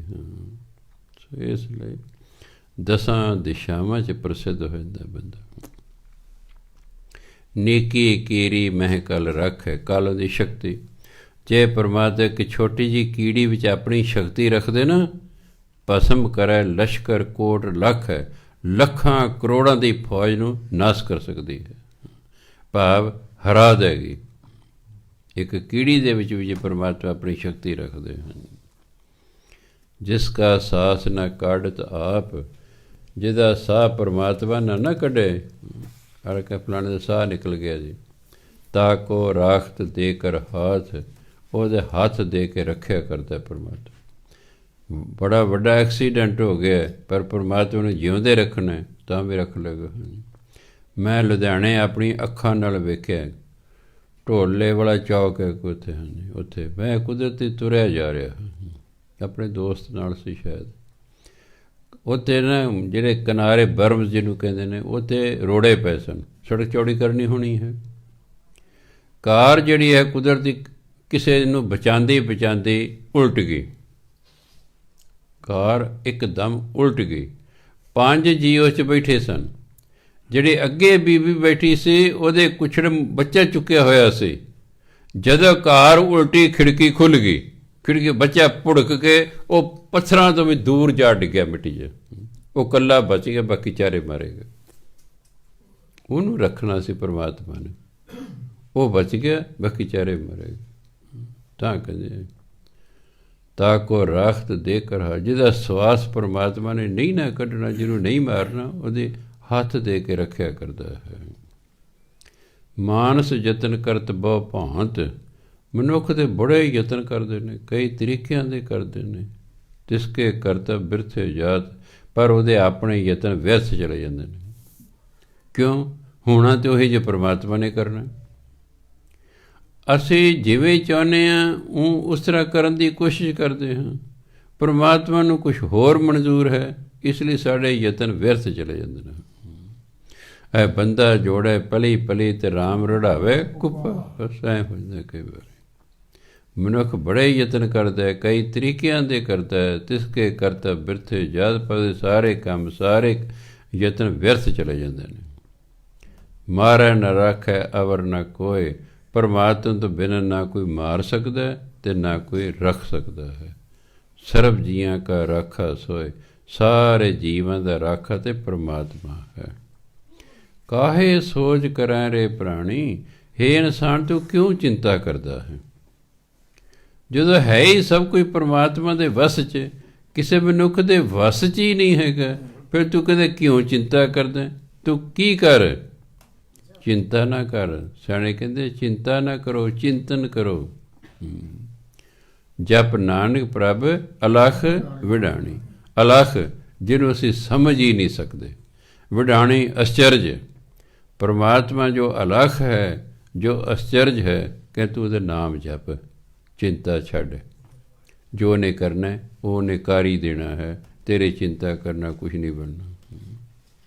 ਜੇ ਤੁਹਾਡੇ ਪੁੱਤਰ ਹੋਣੇ ਤਾਂ ਪੁੱਤਰ ਹੀ ਹੋਣਾ, ਜੇ ਇੱਕ ਹੋਣੇ ਤਾਂ ਇੱਕ ਹੀ ਹੋਣੇ। ਲਾ ਲਓ ਜਿਹੜਾ ਟਿੱਲ ਲਾਣਾ ਦੋ ਨਹੀਂ ਹੁੰਦੇ, ਕਹਿੰਦੀ ਇੱਕੋ ਹੀ ਬੱਚੇ ਲਿਖੇ ਇੱਕੋ ਹੀ ਹੋਣੇ, ਕਈ ਦੀ ਇੱਕ ਵੀ ਨਹੀਂ ਲਿਖਿਆ ਤਾਂ ਨਹੀਂ ਹੁੰਦਾ। ਬੜੇ ਇੱਕ ਮੇਰੇ ਕੋਲ ਬੀਬੀ ਆ ਗਈ ਵਿਚਾਰੀ ਅਰਦਾਸ ਕਰਾਉਣ, ਬੱਚਾ ਹੋ ਜਾਏ ਜੀ। ਮੈਂ ਹੁਕਮਨਾਮਾ ਲਿਆ, ਨਾ ਆ ਗਈ। ਮੈਂ ਨਹੀਂ ਹੋਵੇਗਾ ਜੀ, ਕੋਈ ਪਾਠ ਦੇ ਦਿਓ ਜੀ। ਮੈਂ ਫਿਰ ਹੁਕਮਨਾਮਾ ਲਿਆ, ਗੁਰੂ ਕਹਿੰਦਾ ਨਹੀਂ ਬੱਚਾ ਨਹੀਂ ਹੋਏਗਾ, ਪਾਠ ਨਾਲ ਵੀ ਨਹੀਂ ਹੋਏਗਾ ਜੀ। ਕਹਿੰਦੇ ਬਾਬਾ ਜੀ 7 ਵਾਰੀ IF ਤੇ ਤਰੀਕਾ ਵਰਤ ਲਿਆ, 15 ਲੱਖ ਸਾਡਾ ਲੱਗ ਗਿਆ, ਨਹੀਂ ਹੋਇਆ। ਮੈਂ ਹੈ ਹੀ ਨਹੀਂ ਭਾਗਾਂ ਜੀ, ਮੈਂ ਭਾਗਾਂ 'ਚ ਹੈ ਹੀ ਨਹੀਂ। ਤਾਂ ਕਹੇ ਮਾਨਸ ਦੇ ਬੜੇ ਯਤਨ ਕਰਦਾ, ਕਈ ਤਰੀਕਿਆਂ ਨਾਲ ਕਰਦਾ, ਪਰ ਜੋ ਉਹਨੂੰ ਮਨਜ਼ੂਰ ਹੈ ਉਹੀ ਹੋਣਾ। ਇਸ ਲਈ ਕਹਿੰਦੇ ਚਿੰਤਾ ਛੱਡੋ, ਨਾਮ ਜਪੀ ਜਾਓ ਬਸ। ਨਾਮ ਜਪੀ ਜਾਓ, ਉਹਨੇ ਜੋ ਦੇਣਾ ਆਪੇ ਦੇ ਦੇਗਾ। ਅਤੇ ਨਾਮ ਜਪਣ ਵਾਲੇ ਨੂੰ ਜੋ ਦੇਵੇਗਾ ਉਹਦੇ ਲਈ ਲਾਭਦਾਇਕ ਹੋਵੇਗਾ। ਤੁਸੀਂ ਮੰਗੋਗੇ ਉਸ ਦੇ ਬਾਅਦ 'ਚ ਨੁਕਸਾਨਦਾਇਕ ਹੋਵੇ। ਆਪਾਂ ਨੂੰ ਕੀ ਪਤਾ, ਆਪਾਂ ਨੂੰ ਫਿਊਚਰ ਦਾ ਕੀ ਪਤਾ ਹੈ। ਪਰਮਾਤਮਾ ਨੂੰ ਤਾਂ ਪਤਾ ਹੈ ਇਹ ਮੇਰੀ ਭਜਨ ਬੰਦਗੀ ਕਰਦਾ ਹੈ, ਜੇ ਮੈਨੂੰ ਪੁੱਤਰ ਦੇਤਾ ਉਹ ਤਾਂ ਨਸ਼ਾ ਹੀ ਨਿਕਲ ਆਵੇਗਾ, ਇਹਦੇ ਲਈ ਸਿਆਪਾ ਖੜਾ ਕਰ ਦੇਗਾ। ਭਜਨ ਬੰਦੀ ਨਹੀਂ ਤਾਂ ਰੁਕਾਵਟ ਪੈਣੀ, ਉਹ ਦਿੰਦਾ ਹੀ ਨਹੀਂ, ਉਹ ਦਿੰਦਾ ਹੀ ਨਹੀਂ। ਸੋ ਇਸ ਲਈ ਬਹੁਤੇ ਨਹੀਂ ਤਰਲੋ ਮੱਛੀ ਹੋਣਾ, ਉਹਦੀ ਰਜ਼ਾ 'ਚ ਰਹਿਣਾ, ਨਾਮ ਜਪੀ ਜਾਣਾ, ਉਹ ਜੋ ਕਰੇਗਾ ਠੀਕ ਕਰੇਗਾ। ਜੇ ਨਹੀਂ ਬੱਚੇ, ਤੁਸੀਂ ਤਾਂ ਭਜਨ ਬੰਦਗੀ ਕਰਦੇ ਹੋ, ਤੁਹਾਡੇ ਘਰ ਨਹੀਂ ਵੀ ਬੱਚਾ ਹੋਇਆ, ਆਪੇ ਪਾਲੇਗਾ ਉਹ, ਇਹ ਤਾਂ ਉਹਦੀ ਜ਼ਿੰਮੇਵਾਰੀ ਹੈ। ਹਾਲਾਂਕਿ ਕਹਿੰਦਾ ਵੀ ਦੇਖੋ ਅਸੀਂ ਤਾਂ ਕੋਸ਼ਿਸ਼ ਕੀਤੀ, ਤੂੰ ਸਾਨੂੰ ਨਹੀਂ ਦਿੱਤਾ, ਠੀਕ ਹੈ ਅਸੀਂ ਤੇਰੀ ਰਜ਼ਾ 'ਚ। ਜਦੋਂ ਅਸੀਂ ਉਹਦਾ ਨਾਮ ਜਪੀ ਜਾਵਾਂਗੇ, ਆਪੇ ਜੋ ਮਰਜ਼ੀ ਕਰੇ ਹੋ, ਇਹ ਉਹਦਾ ਕੰਮ ਹੈ, ਚਿੰਤਾ ਉਹਨੂੰ ਹੈ। ਜੋ ਤੁਸੀਂ ਭਜਨ ਬੰਦੀ ਕਰੋ, ਸਾਰੀ ਚਿੰਤਾ ਰੱਬ ਨੂੰ ਹੋ ਜਾਏਗੀ, ਤੁਹਾਨੂੰ ਖਤਮ, ਤੁਹਾਨੂੰ ਚਿੰਤਾ ਕਰਨ ਦੀ ਲੋੜ ਨਹੀਂ। ਤੁਸੀਂ ਭਜਨ ਬੰਦੀ ਕਰਦੇ ਰਹੋ, ਉਹਨੂੰ ਚਿੰਤਾ ਹੋ ਜਾਏਗੀ ਤੁਹਾਡੀ, ਆਪੇ ਲੱਗਾ ਰਹੇਗਾ।